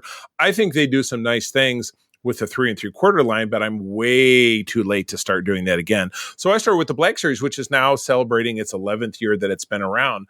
But it has turned, maybe for a lack of source material, or just the fact that they have not really been committed to giving hardcore people kind of there are a lot of people who want that original 96 back, those original 96 Kenner figures, each one of them produced. In 11 years, they still haven't gotten around to it, because what they are doing now is simply producing more and more and more repaints, reissues. The holiday figures are, here's a snow trooper, Frosty the Snowman, or here's a Porg, here's a Porg who's an elf or something. Just doing kitschy crap, which is, it's not my scene. I have gotten more into building dioramas and having little groups of people, and I like that kind of stuff. But they have just made it harder and harder, I think, and their turnaround time has been actually absolutely horrific up until this year, which, like Ahsoka, they got that line out on time. But again, I had the ones from Rebels, so I don't really need a whole nother set of them. You know what I mean? So, producing their archives. See, they had an archives series of figures that, like, this one was really hard to find, but it just, I had them, so there was no. So it's died for me. I don't get them anymore. And the things that they have in their pipeline, each one of these Hasbro fan casts that they do has just been, we're trying to get excited. John and I joke about this all the time, trying to get excited about this new thing that they're coming out with, and it's just more repaints, more reissues, more this and that. So, I was also I wasn't disappointed, but I don't know what I expected out of the GI or the Indiana Jones Adventure series that came out, because there wasn't a lot that they could produce, and then the movie failed. So there wasn't. So I got what I needed out of that. Plus, off of that website Temu, I bought a little white Arabian horse for Indiana Jones to ride. So I was very happy about that. Yeah. The Star Wars is just a death rattle. Marvel, the Marvel Legends, they still do nice deep cuts and crank out like an egghead, or they crank out Crystar, which I just picked up. Star Wars won't do that. Star Wars is still Star Wars is not even as close to being as deep. They're here's your 49th version of Darth Vader. Here's Darth Vader in white. Here's Darth Vader in green. Here's Darth Vader in, they're going to make him like rainbow, like they did with Batman. You know what I mean? So it's just, they've run their course. They're not producing any interesting product to me. It's a bummer. Well, I think that can be really tied to there hasn't been a movie in X number of years, and the last movie, I could honestly say I don't think anybody's excited for any of the real characters to a large extent. Yeah, and what's coming out in the horizon, it just feels like it's more niche these days. So, and a lot of the characters aren't as iconic that your little kids want to buy. So, things change. Yeah. True. Exactly. All right. What about you? My biggest disappointment was the Frankenstein Transformer. This thing was dumb. Normally, I've been excited about their crossovers. I got the Dracula bat. That was kind of cool. It was fun because it was a Transformer turning into a bat. That kind of worked for me as Dracula. Fun. What couldn't work? Well, this Transformer is called Transformers Collaborative Universal Monsters Frankenstein X Transformers, and his name is Frankentron. Charlie, rolls right off the tongue. I love it. And you know what? I heard nothing about it, so obviously, no. And he looks bad, and you can barely tell it's Frankenstein. And then you look what he transforms into. He transforms into the dumbest looking non-tank I've ever seen. Or it's a tank, but I'm like, what is this crap? Nobody wants this. You want something that kind of makes you think of Frankenstein when he's not a Frankenstein. I don't know. You had one job. I mean, I don't know what it would be. I'm not that creative. God. Would it be like a lightning table? I don't know. I don't know what you do. Goodness. But this was not it. It was dumb. I want a Wolfman. Give me a Wolfman that transforms into a big wolf. That works. Fantastic. Listen up. I don't ask for much. Listen up, Hasbro. We're eating your lunch. All right. Well, let's move on. Yes, now it's time for movies. So once again, we do a top 5 new. We get to a new to you favorite, and then the biggest disappointment. So Charlie, we'll start at 5. All right. So top 5 new. We saw a movie last month, not a genre film, but something that really touched the heartstrings. It was Paul Giamatti's The Holdovers. I talked about it on the show. Great flick set in the early 70s. A kid who gets left at the holidays at the boarding school he's at by his mother, who has a new husband. And Paul Giamatti is the embittered faculty member who has to look over him and several other kids, and kind of the heartstrings being plucked by all the things that happens there. So I like that. I like emotional stories at the core and things that make you feel and think. And so I enjoyed that one very much. Very, very good. I think it's streaming now too. Probably. Yeah. It's been a couple of months. Wouldn't surprise me. So go check it out. So I'm cheating a little bit. I have a tie for 5 because I'm like, I was so torn, but that's I think okay. It's appropriate. I have a tie for biggest disappointment, so we each get a tie. Okay. So my top 5 for my number 5, it was tied. So it was hard for me to choose between these two.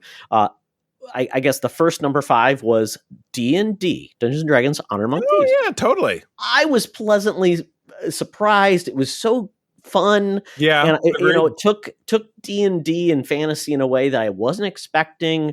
It worked on so many levels, and a lot of people are really just loving this film. So, Chris Pine is so fantastic. I love him. He's so endearing. He's fun. One of the few things you can enjoy about those JJ movies. Exactly. So I'm hoping this isn't the last we see of this franchise. Right. Same. I hope there's more. I really love it. And then that tied with John Wick 4. Now, I know you're not a fan of the series or you don't care, but I loved how they tied this all together. They went over the top. They did one of my favorite action sequences I've seen in a long time that felt like something I truly hadn't seen before. It was inspired, and it's just a fun world that is so much more than I originally thought it was going to be when poor Keanu's dog was killed, and that it's just turned into this. So I don't know if the series is over. We're getting a spin-off movie. We already got the Continental, which was like a precursor.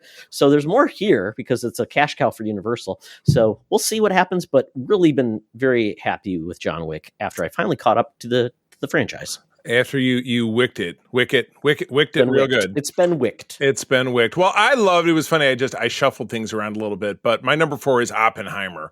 What an epic about the and again, much like the Holdovers, about the highs and lows of emotion and this man's journey and what he went through and what he wanted to give the world and what it ended up being, and the twists and turns of fate that they got him there. So if you haven't seen it, again, it's an epic by Christopher Nolan. I'm sure it's streaming. Where's it at now?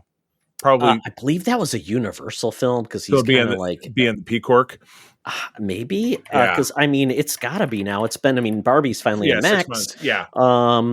Yeah, I don't know where it's streamed. It would be Peacock would be the place for it. Although, well, anyway, it's probably out there, and you probably saw it. But if you hadn't, it gets my recommendation. Good stuff. I'll talk about that movie in a second. Yeah, you bet. All right. Well, what's your number 4 then? Barbie. Really, really, Barbie is a movie that, quite honestly, I wasn't sure what to expect. I thought this was going to be like maybe a Brady Bunch type of, take on something where it was going to be all goofy. Yeah. And quite honestly, they did do goofy, but I think what they did was hit the hallmarks of the franchise of Barbie through her past, her history, with some of the things but the inventive way of how they filmed it, what they did with it, and also hitting on some pretty, I guess, some heady topics in regards to feminism and the world of men and, the patriarchy. And also having some, and incorporating music as well. All these things should not have worked. Right. And they did. Right.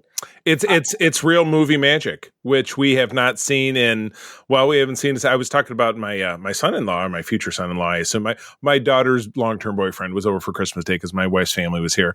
And I talked to him about what you and I've talked about, the 4 quadrants, men and women, both above a certain age and below a certain age makes up the 4 quadrants. And Barbie was something that touched it the same way that Top Gun 2 touched it. It was kind of something for everybody. It was, an emotional story that you can enjoy. It was fun. And it had a message. Absolutely. So, yeah. And I think they nailed the casting. I think, and I'm glad it's getting recognition too. That's a big thing. It's going to be up for many, many Oscars this year, and I'm happy for it. And I'm glad it's on Max now, because I think people who maybe, pshawed it, will finally see it and just enjoy it for what it is. Right. So number 4. The patriarchy. Well, number 3 for me, and this deserves a rewatch because I'm drifty on the details, but I know how much I loved it, is Across the Spider-Verse.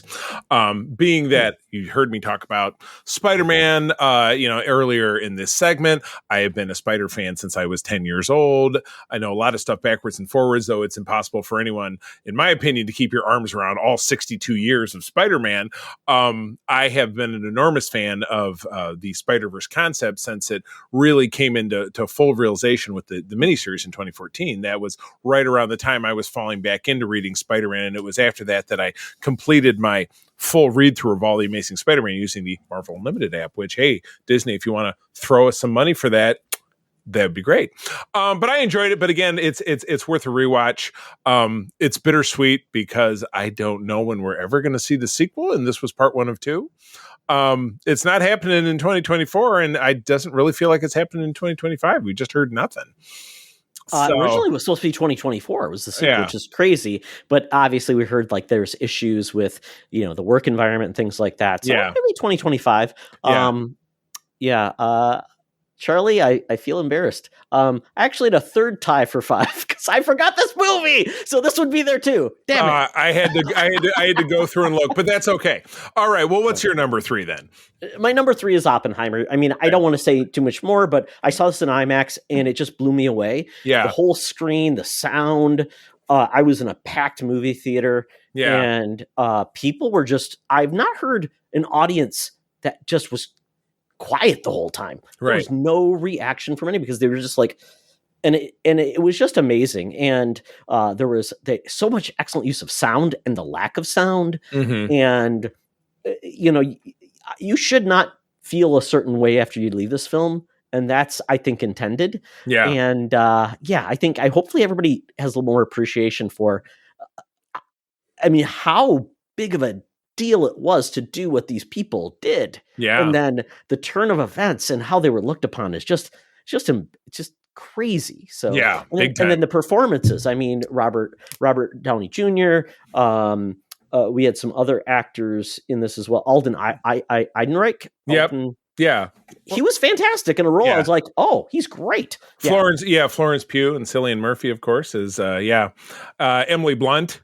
No, everybody. It was a turn of an incredible performance. Absolutely was. So, yeah. Christopher Nolan, that dude, he can just tell a story about anything really, whether it makes sense or not. And I still need to see Tenet. I haven't seen Tenet yet. I need to see it. Me neither. The Peloton clip you sent me about the lady losing her mind about that. Yes. Oh my God. Yes. Yeah. His Peloton instructor doesn't like him or his movies. Oh my God. Yeah. Anyway, all right. My number 2 is Guardians 3. This was yikes. Yes, we'll talk about this together. But this was for me the one real bright spot in live action superhero cinema this year. Unless I'm totally forgetting something.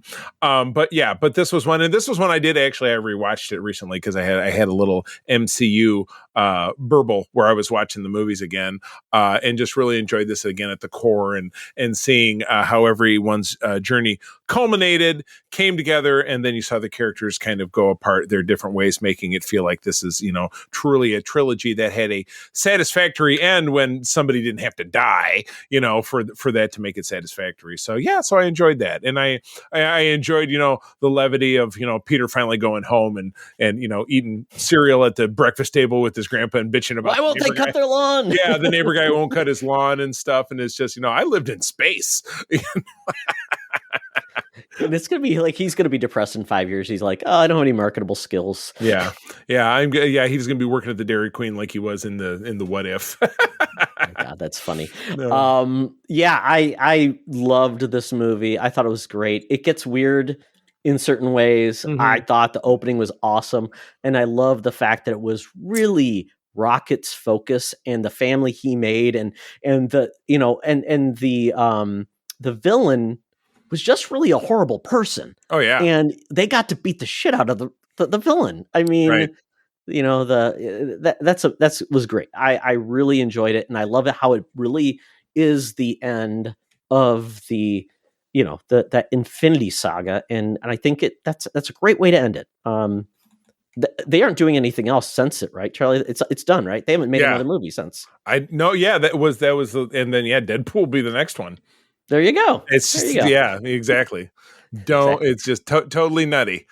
All right, number 1, Charlie. Oh my goodness! Well, for me, that's going to be Barbie, obviously, because where else was I going to put it? But yeah, for me, there's not much else to be said. But it did break through the barriers of the humdrum of what cinema has become in the superhero era of a big superhero movie and 3-act this and that, and the big blue sky hole at the end with the big CGI monster fight.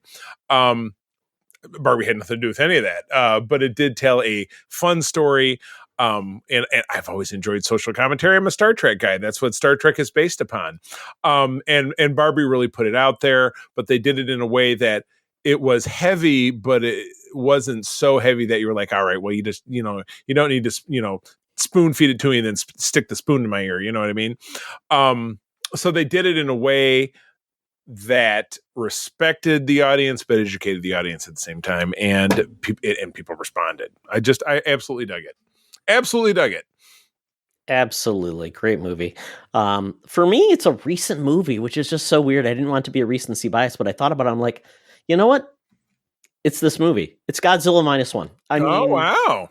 I don't know why, but I think it's because it took something I had certain, conceptions of Godzilla and what we've seen. Mm-hmm. And this movie played it so differently that it was barely a monster movie. It was essentially a human story with a problem. This could have been anything other than Godzilla and still work. Yeah. But I think the fact that it had Godzilla in it and the fact that this is a force of nature that people just don't understand why it's happening, but they have to deal with it and just some of the human issues that it dealt with. And the fact that they did it for $15 million blows me away. Right. It's wonderful. Right. It's not a guy in a suit.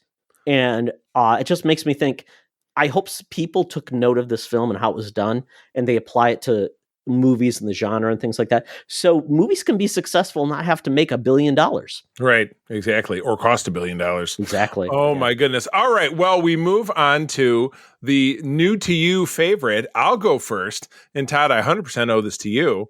Ironically speaking, the new to you film that I enjoyed the most in 2023 was Streets of Fire that we talked about. Back people under the stairs. No, but and what I loved about Streets of Fire is the soundtrack, which I jam to on a weekly basis. It's all over my Amazon Prime account. I loved Walter Hill. I loved what came before it with the Warriors. I did find out that great introductory song that Nowhere Fast was not only it was co-written by Bryan Adams, I found out, but really? Meatloaf did have his own version of it that came out the same year. What? Yeah, I know. Well, Perfect. I get because it's part of the notes. It did feel like it Jim Steinman, because it was right? written by Steinman, right? But no, I did. It's a part of the liner or the X-ray notes that play because it's on the playlist Prime, I listen to when I bike. And I caught that. I'm like, really? Meatloaf did his own version? I got to hear it. Because it totally feels like him. But yeah, I enjoyed that movie. It's no piece of great cinema, but it was tons of fun. And it was a great timepiece is the best way to call it, and I loved it. Yeah, I loved it when I say I enjoyed the experience. It was the 80s and the 50s and the 80s. It was good stuff. All right, how about you? So mine was RRR. It's that movie on Netflix where it was a big Indian film, right? And this was just a movie that it's essentially the story of two warring factions within India. The rule of England and Indian officers in it that basically are part of the Queen's army that are there occupying India, and then you've got the people that are essentially trying to break through. And I loved it because it was just such a cool take on it. It wasn't the typical American like, oh, I'm going to be a Rambo, I'm going to do this. It had a smile to it. It had serious tones, but also it just didn't take it too seriously. It won the Oscar Song of the Year, and it was just joyous where they did a dance off, and it was just R R R R R. Exactly. It was a pirate film. No, R. 3 R's. Don't ask me what the R's stand for. I don't remember. But reading, writing, and arithmetic. I just love the fact that we're getting more influence in foreign cinema into the U.S. cinema, and the fact that they did so well, I'm loving it because somebody's going to take an example and say that movie inspired me, and they're going to do something cool. So RRR, loved it. It's awesome. He punched a tiger, Charlie. I'm loving it. It's just like the Punisher punching a polar bear. Okay, biggest disappointment. This was my tie. I'll have one of those.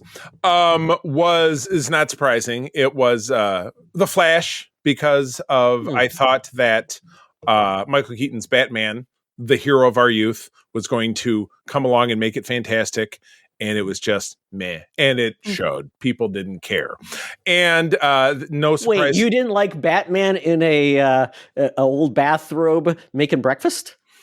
I mean, kinda. I would have breakfast served by old Batman, and then of no surprise, Indiana Jones 5.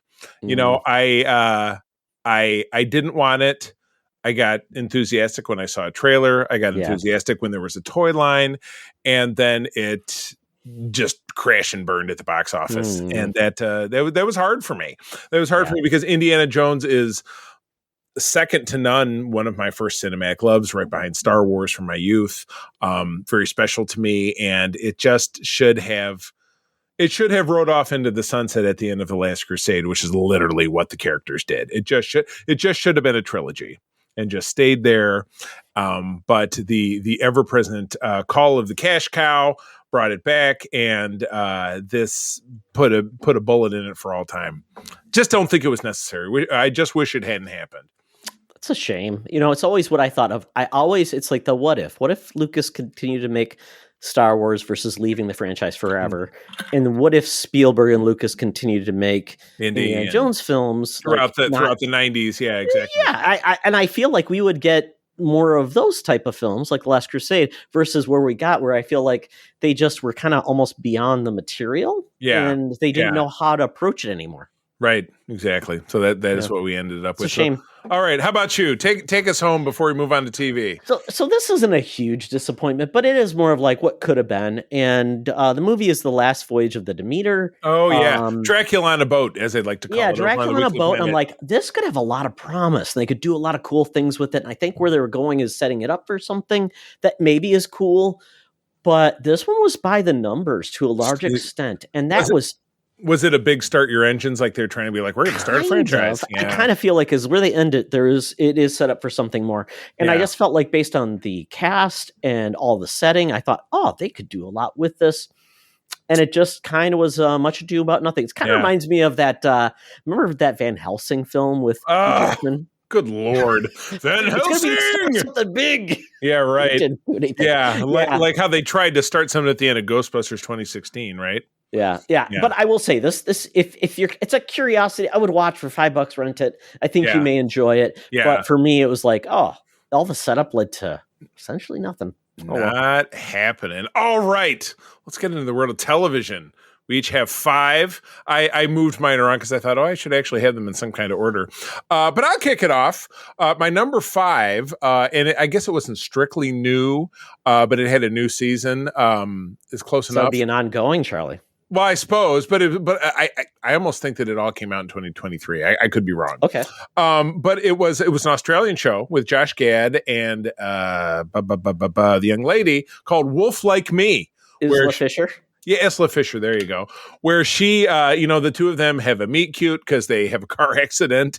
And they start to get to really like each other, but she is a werewolf. She has a panic room. She's got to lock herself in. When that happens. Yep. Got to lock herself in this panic room. And, it takes a while for her secret to finally come out.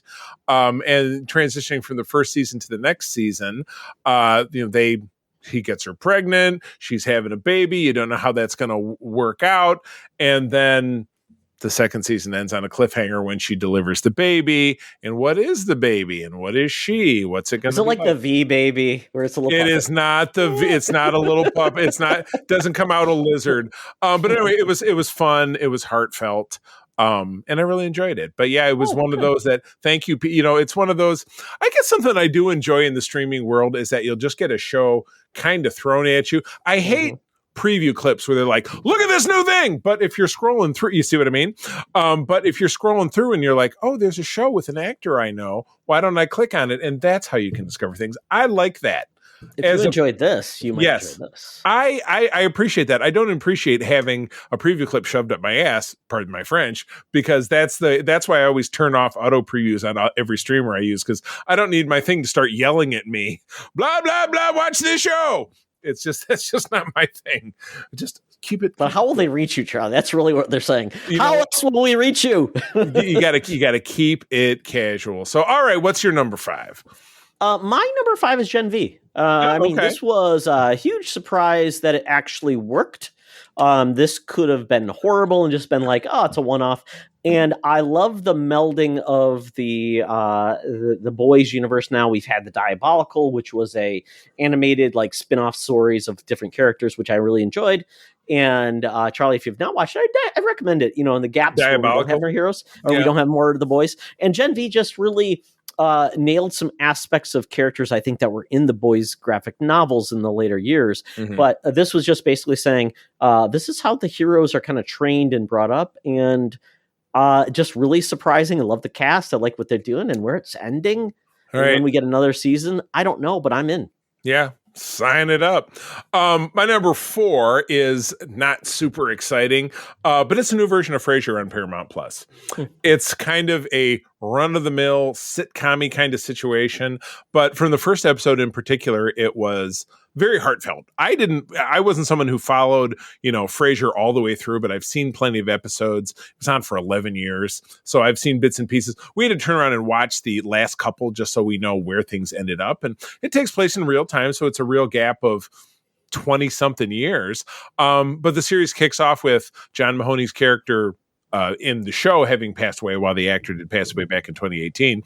And, Frasier's son, Freddie, is an adult now and dealing with kind of those emotions. So very, very kind of, touching the core. Father-son stuff really touches the core for me because of my relationship with my kids, my relationship with my dad, much like any other guy out there. There's a lot of ups and downs. So that really kind of spoke to me. The rest of it, again, it ran for 10 episodes, is very sitcom-y, situation of the week. Like, I'm at this party and I got to get out of here, or blah, blah, blah, this thing or that thing, or Lilith shows up, or Raj shows up, which was the episode where Lilith showed up was actually pretty fun.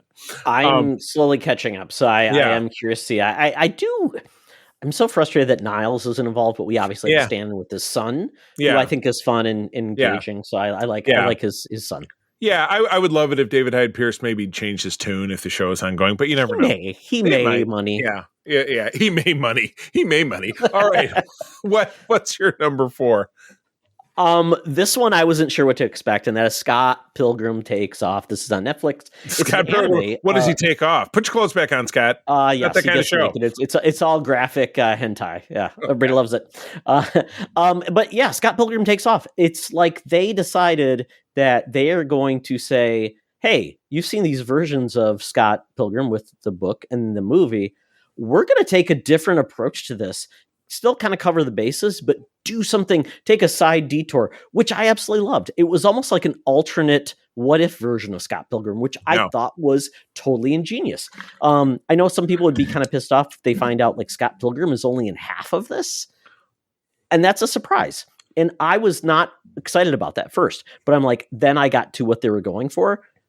Loved it. I would love to see more versions of this where they take something tried and true and they take a tweak on it. Kind of just like how you take a book and then you make the movie a little bit different, like Misery is always one of my favorite comparisons. I love both, but they're different. Same thing here. Love it. I love the fact that they got the voice cast back. I thought it was neat and interesting. And I don't know if we're going to get anything more because essentially told its tale and I think we're done. Yeah. But by all means, make more things like this. Right. And I'm in.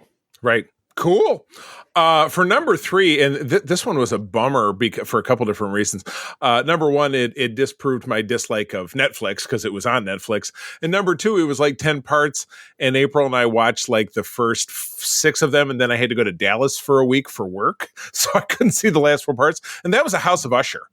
Oh my God. And of course it was in October. So it was super intense. But telling of essentially a pact with the devil, played by one of the most beautiful women in the world, always been on my hall pass list. That would be Carla Giacone. Oh my God, Rue McClanahan. Oh my God. Yes. Sorry. Shh. Quiet. But anyway, she is, sorry about the spoilers, she's the devil, and it tells the story of from 2 different perspectives of a brother and a sister duo in the 70s, and then flashing forward to present day where they're played by actor Bruce Greenwood as the brother, and then Mary McDonnell as the sister, and they're evil as shit. And they're they're 5 kids, or his 5 kids, because he is a man whore, and he has 5 kids from 5 different ethnicities, 5 different mothers. 4 different mothers, and the kids are all a total mess. And did you watch the whole show, right? Oh, absolutely. Oh my God. Could not stop. I know. Well, that was just the thing. I had to. I didn't have any choice. I couldn't watch it on my own because I was out of town.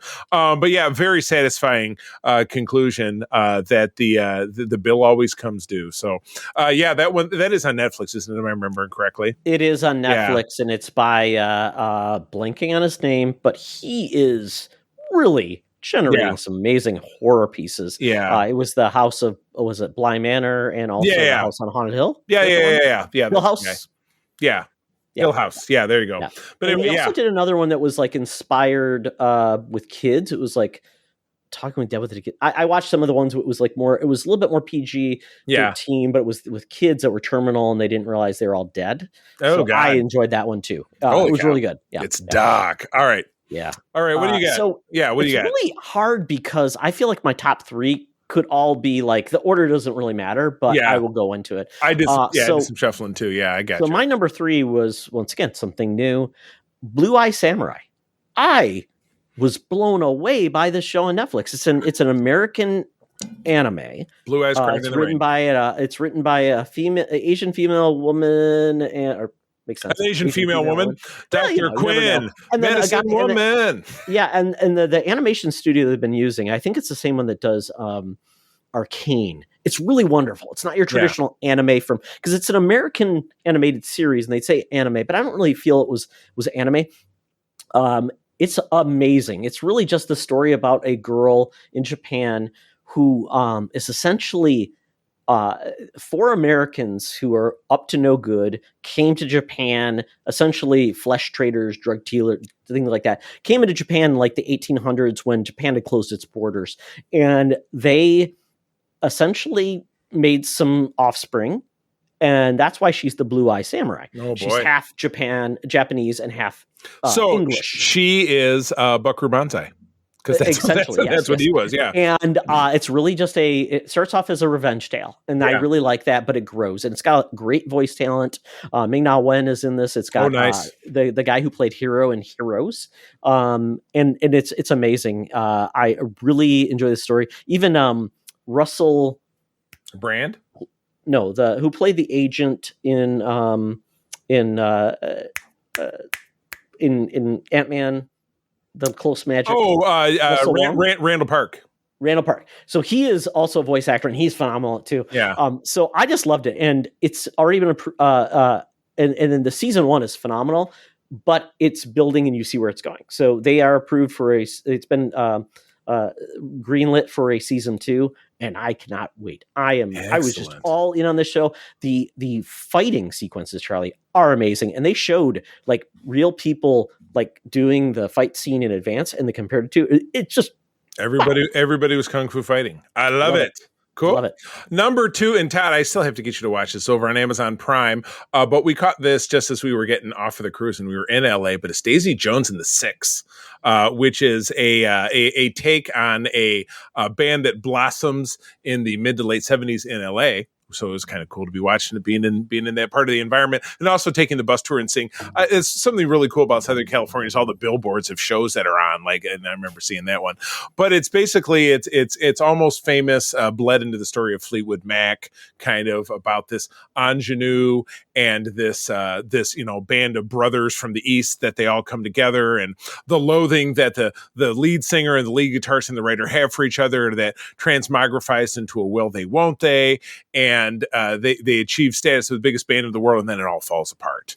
And it's just, And this introduced me to the Amazon schedule of release 3, then release 1, then release 2, then release 3, which is, they haven't done that with Reacher, which is the other show that's going on, because they had 3 and now it's been 1 a week, which is not a bad pace.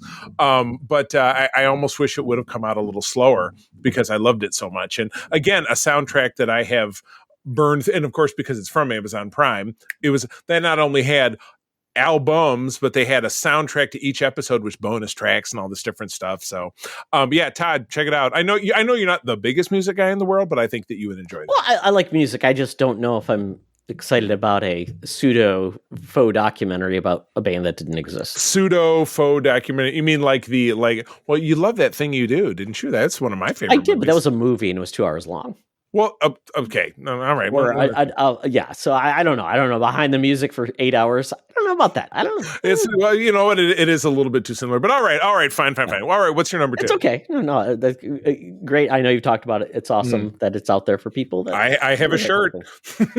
You have a shirt. It exists. April, we both bought shirts more than when we were in LA. Because once again, like I said, my top 3 could have been in any order because they're all awesome. And that is The Last of Us. Ooh. Oh my goodness. So good. It takes what we know about the game and builds on things subtracts some things, and delivers a full season based on the video game. And I liked how it incorporated everything. The characters were great picks and had some touching moments. I don't know if you just saw it, Charlie. Nick Offerman won an Emmy for his role in that one episode. Yes. Wow. It hit on so many notes, and I love it. And I don't know when we're going to get more. I think it's coming in 2025 is where we're going to get another season. But it may go up to 3 seasons. I don't know if it can do more than that. But if it does, I'd be okay because I think I trust the showrunners. The thing is, we're going to keep this party rolling because that is my number one, and I just watched it this weekend. Ooh, because nice. right after seeing the movie I talked about earlier in our show, the which I already forget the name of it. Oh, Leave the World Behind. It's a disaster movie. Did you need a pick me up? Yeah, exactly. No, yeah. So no, but I thought, and I want to see more shit about human misery and the world coming to an end. Not that I'm spoiling that movie for you, dear listener. But I said to April, and maybe it was either last night or Friday night, I said, I think I'd love to watch the Last of Us again. She said, absolutely. Let's do it right now. It's 9 episodes, so you can knock it out in a weekend. It's not a big deal. And oh my God, just every aspect of misery and the depth of human cruelty of how not only how we treat each other in the worst of times, but seeing Joel's character as someone who lost everything that meant to him. Then we jump forward and he's had 20 years of nothing but that. And he's shoveling shit in Boston and, barely eking out any kind of love relationship with the woman who's been by his side, as we found out they've been together for a long time. But even she says, I know you can't love me back because he's so broken. And then this girl comes into his life and it's just, you're a cargo, you're nothing to me. And by the end of it, he murders a hospital full of people to save her life. Just like Jack Bauer, and he makes Jack Bauer and Jack Reacher look like a couple of effing pussies. He's the scariest guy on TV. Oh yeah. My God. That's the conversation that we have. Because Charlie, imagine playing in the game and you have to actually do those things. Yeah. That's the thing where it's like, it's putting the episode like, I don't want to do this. I don't want to do it, but I have to, because I got to see where this is going. Yeah. Right. And the fact that, they nailed this, and I didn't think they could. And also they layered in pieces that were not really covered in the game. Yeah, they were like hinted at. The whole Bill and Frank story was an original piece, wasn't it? Because the game you walked into we got to their house, but they're both dead. You run into Frank, you don't know what's happened. He mentions someone, and that's about it. And then you find little documents and things like that. Yeah. In the game, you don't know how this all thing occurred, and we find out like it was because of a flower contamination. Oh, okay. Which with those intros, which I thought was a good addition. And and it just makes you think with Joel, it's like, wow, think of everything Joel did as a selfish person for love. And how I don't know how he lives with himself. And that's where the second game just like it deals with all of that, which is amazing. So I'm interested to see, because that game has so many gut punches, and if they can bring that to the series, Charlie, you may need to talk to someone after. Yeah, I'm here for you. Yeah, it'd be a big intervention. I have to talk about my feelings, but that is by far now one of my favorite series of probably of all time, just because of how it touches the heart, because that kind of stuff means a lot to me. All right. Well, what's your number one then? Well, it's kind of a flip-flop because I had The Fall of the House of Usher at number 1. Oh, okay. So you've already talked about it. I couldn't agree more. The fact that they took a full series, a story about the Usher family, where they started, the loops back to how this family started, and their beginning, and kind of feeling so compassionate for them and how they changed over the years, and then also having every episode being a separate Edgar Allan Poe story, right? Which I thought was genius, and it was amazing. It was horrific and riveting, and there's so many moments in that thing that I just think of like, oh my God. I think of Don't Have a Mirror in Your Bed. I think of Don't Have a Ape. Don't Okay. Don't assume there's water in a tank. Yeah. I it's mean, not acid. Yeah, exactly. Oh my God. Yeah, exactly. Oh, don't be a Cylon who gets bricked in behind a wall. yeah, I mean, it just makes me think of like we get the American Horror Story thing like that. Yeah. I thought this was so intelligent, so well done. I couldn't stop watching it. The acting was amazing. Yeah. And it's so funny because you're a fan of Reacher, and it was funny the flashbacks of Reacher. Oh yeah, it was the young investigator. Yeah, is the cop, the chief in Reacher season 1. Oh right. Well, and the young lady was the sheriff, the one who played. That's right. I couldn't figure. I'm like, oh God. I had because we watched Reacher season 1 again after starting Reacher now, and I'm like, why is she so familiar? Oh, she was in the House of Usher because she was the young Mary McDonald's character. Yeah, exactly. And I do worry that like horror often will not get lauded because of people like awarding awards and things like that. Yeah, because it's horror. Oh my God, it's horror. Oh, but doesn't mean that people are acting less or they're not trying hard. And in a lot of ways, they're acting a lot because those are some severe situations. Right. So, well, it's all about the performance. So, okay. So, favorite ongoing series, and this was a series that came to an end. We talked about it earlier. Was Star Trek Picard. Oh, or different. Okay. I was worried. I'm like, we're going to be on the same page. Oh, no. Yeah. But Star Trek Picard. And again, I mentioned this was a series that stumbled during its first 2 seasons, having some bright spots in the first season, having a very dismal second season that made no sense of any kind, and then finally giving everybody what they really wanted, which was a proper send-off to the Magnificent Seven, the characters of Star Trek The Next Generation. And it's funny. We talked about obviously ad nauseum when it was on Code 47. And I said, you could very easily skip the first 2 seasons with a 3-minute YouTube video and just start season 3 and think this was the greatest 1 season revival I've ever seen. And that's really the way it should have been. But I was really thrilled, and I really wanted to, they put such a button on it at the end, which is why I don't have a lot of enthusiasm for Patrick Stewart reprising the role. But what's going to be is what's going to be. Everyone loves a redemption arc, and I'm glad it got it. Yeah, big time. Kudos. Yeah, excellent. Mine was Ted Lasso season 3. That's why I said a series ending, and I'm like, no, same one. Because that was my favorite. That was my favorite new to me. Because I resisted Ted Lasso for so long because you binged. You guys were all, you're going to love it. And I'm like, I just don't. I watched the first couple and but then you guys you and Mark kept knobbing away at it. And then, I finally gave it a stab and we were sucked in. But anyway, go ahead. Yes, Ted Lasso season 3. I know some people say it's not like the best season. I totally get it. But what I loved about season 3 was it fully developed other characters, got to say more of their story because Ted, has gotten a lot of the limelight. So have, Coach Beard, and so did, some of the other characters. So I felt like this season finally really truly dealt with Ted's demons, but it also gave people more depth to their characters, like Hannah Waddington finally coming to terms with, Rupert, and also establishing a new, relationship, and Ted dealing with his dad finally, and his mom, which was great. I loved it. I'm so glad. If I get nothing else, I'm fine with Ted. I worry that I think more Ted could be bad, but I also could see a spinoff of somebody in this show that is unexpected that could be awesome, like a Frasier coming from Cheers. Okay. Yeah, and no news on that because it happened and the strike ended. No, and they're saying, I don't think it's really done. I'm like, I don't see Ted going to what is Ted going to go to? The world of lacrosse? He's at tennis.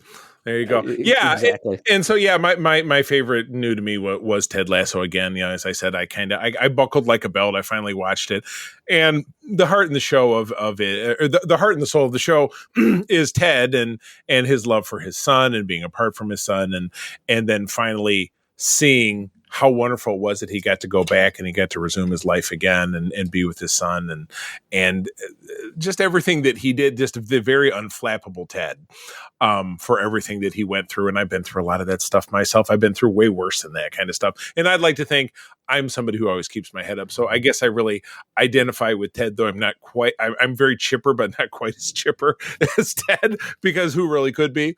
But I really relate to Ted. He really kind of spoke to me as a character. So yeah, I love the show. Yeah. Once I finally opened my heart to it, I really loved it.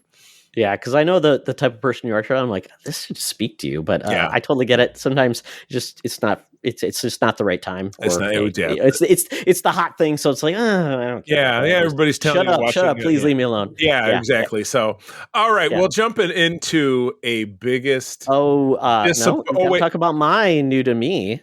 You're right. We danced around that. Sorry, circle back. Go ahead. My favorite new to me was The Bear season 1. I still watch season 2. This is a show I think I've talked about this before. There's sometimes shows you're just as, you're almost like, oh, I don't know. Should I watch it? I don't know. I'm like a little intimidated by it. And, I heard like it's a very anxiety ridden show. I don't need more anxiety in my life. It's because of that bear. That's why you're exactly the bear that's in the cage. I'm in a restaurant. I don't like Chicago deep dish. No, just kidding. It's bear. It's Chicago deep dish bear. But I'm a big fan of cooking shows and just high cuisine and learning about these things. But knowing what the show was about, and I'm like, I don't know if I could handle the stress of the show. Very stressful. And once I got into it, I'm like, I love the show. It did so much right. It kind of was dealing with so much, but brought it into a way that always came back to food and the relationships with making great food and the barriers between different people. The bear ears. Exactly. And the people, the different barriers that people had to accepting change in their lives and moving on. And I feel like that's what was amazing. And that final episode was like, I did not expect that. And I'm excited to see where this goes. So The Bear, definitely, if you want something about food, Chicago, a family, a restaurant, and surviving through loss, it's there for you. It's there for you. Okay, I'm out of sequence now. Are we on to the last one? Biggest disappointment, Charlie. Biggest disappointment. All right, well, I'll go then. We'll flippity flop. This one is no big surprise. Secret Invasion. It was the, if you never think that you can't get below the basement and how bad something is, take a look at Secret Invasion. It was, Secret Invasion, again, this was on the comic side of it, was during a time when I was not reading so intently, but it was a great concept. A ship lands in the Savage Land, it cracks open. We found out all these heroes that we thought we knew had died or whatever, went on a different phase. They were Skrulls all along. And then here's the real people that are back. This, took elements of Captain Marvel and the Skrulls, and then it was taking Nick Fury as a character and his background. And sad Nick Fury. Come on, Charlie. Everybody loves sad Nick Fury. Sad and bloated Nick Fury. Just gave us a giant friggin' mess of nothing. And then the last episode with the CGI punchy punch fest. And the most powerful character in the MCU now. Yeah, who just probably flew like Poochie flew off to her home planet. And such a waste of Emilia Clarke, who's a fantastic actress and has had so many great roles under her belt. This is a Marvel killed project. Ben Mendelsohn. Yeah, killed off Maria Hill. And this has been a project that anyone who I know who enjoys Marvel has reviled. It's universally hated as far as I know. So boo on Marvel for giving us. Good thing it only cost like $300 million. And exactly right. It was bloated. It was bloated and wasteful and bad. So it was something that I hope has changed attitudes for the better. That like, hey, we can't do things like this because everybody hates it and we wasted a ton of money and we lost our ass. So let it be, let it be one of these. And what did we learn? Kind of moments for the Marvel people. We shall see. We shall see. Yeah, that one was definitely a disappointment to me, but not my biggest disappointment. My biggest disappointment was Mandalorian season 3. Oh, that was my original. I would almost call it a tie. So I'm with you. Yeah, it's a challenge because the Mandalorian is my favorite thing to come from, this new era of Star Wars that we've got. It started so strong. Season 2, obviously, creating a new character and then bringing in pieces where I felt like, oh, anyone can jump in, enjoy it, and they don't have to feel like, right. Oh, I have to be a big fan of Star Wars proper to understand all the references. Like the accessibility of the MCU in the first, in the Infinity Saga, everybody could get on board. It was successful. It was fun. Yeah. I just felt like the season 3 just said, Filoni said, like, you know what? I need to make this all mine, all those characters that I created in Clone Wars and Rebels, they're all in now. Come on in. All going in. Exactly. Does it kind of remind you of that spoof from The Simpsons where they're spoofing the Capitol steps and they're like, all right, the door's open, boys. Come on in. Whoop, whoop, whoop, whoop, whoop, whoop. Yeah, exactly. So I feel like there was a certain amount of opportunity that they could have just held back and just really focused on the simpler, smaller story, not the end of the universe. Yeah. And really clung on to it with Grogu and things like that. And I just felt like they couldn't help themselves. They felt like, well, God, it's got to connect to everything else. It's got to be the bigger thing. So we're going to have like 85 series in a movie that's coming out in the movie. And this is just going to be part of it. And I felt like, wow, that's just too much to put on a series that was doing quite well on its own. And then it just had to be dragged into everything else because I think Star Wars fans feel like if it doesn't connect to everything, what's the point? I'm like, I think you missed the point. The point is to tell good stories first and not to have more franchises and series and platforms. That's again, just like the MCU. And it was endemic in between Mando, and I've said this to many people. I said, when you end with Luke Skywalker tearing through a bunch of droids and then carrying Grogu off, and we're all crying because they split up, where the hell do you go from there? Well, apparently you take a side trip into breaking up Boba Fett's show, which was already awful, and undoing all of the beauty of Grogu embracing his destiny and going off to be a Jedi. And go back to essentially where you left off. And go back to where you left off. So you make everything that happened in the first two seasons kind of null and void. The sacrifice, right? Yeah. And then you tell a series of lackluster, boring stories about Mandalorian this, and then we went over here touching and did the this waters thing. of Lake Minnetonka. Yeah, exactly. Fortunately, nobody took their top off, and it was just there was just nothing about it that worked. It just dragged ass. And again, I know it's sacrilege because I do a Star Wars show with our partner Mark, but Star Wars is at a crossroads where they just got to turn around and do something great again. Ahsoka tilted back in a better direction. Yeah, but it wasn't enough for me to put on one of these lists. But still, I agree with you. And then at the end of the show was like, and now I'm putting my feet up, and Grogu's using the Force to play with frogs, and I'm gonna retire or whatever until he gets called on to be. Well, it's like Unforgiven, and he has to, I'm out of practice. I can't shoot anything. Yeah, I'll come back and help you take down Thrawn and. Yay. Because, Thrawn's a big threat because obviously he still exists in the sequel saga. Oh, wait, he doesn't. Oh, yeah. So I guess, does he get lost in the unknown regions again? Yeah. Well, we'll find out why he doesn't exist because they took him down. Exactly. The same way we'll find out why Lobot's not around anymore. Sorry to Star Wars fans. I know you love it. It's just for me, it's kind of like where we're at with Star Wars now. I feel like we've kind of come full circle back to what we're going to get more of now that Filoni's in charge. We've gone 360 degrees and we're standing in the same place again. Exactly. Oh, I'm dizzy. My goodness. So let's call this an end to the 10th anniversary of the Friendies. Yes. Hopefully you guys enjoyed it. And if you didn't get to tell us, let us know. Yeah, please. But we'll be back. Well, we're excited about 2024 and what's going to be on our next Friendies list and winners. You better believe it. All right. And this, king-sized episode of the show, over 2 hours. That's more for us. But friends, as always, thank you for joining us. Todd, where do people find you out there? They find me on Threads at Toxtra and at Secret Friends Unite, Twitter at Secret Friends U, and T-Extra on Twitter.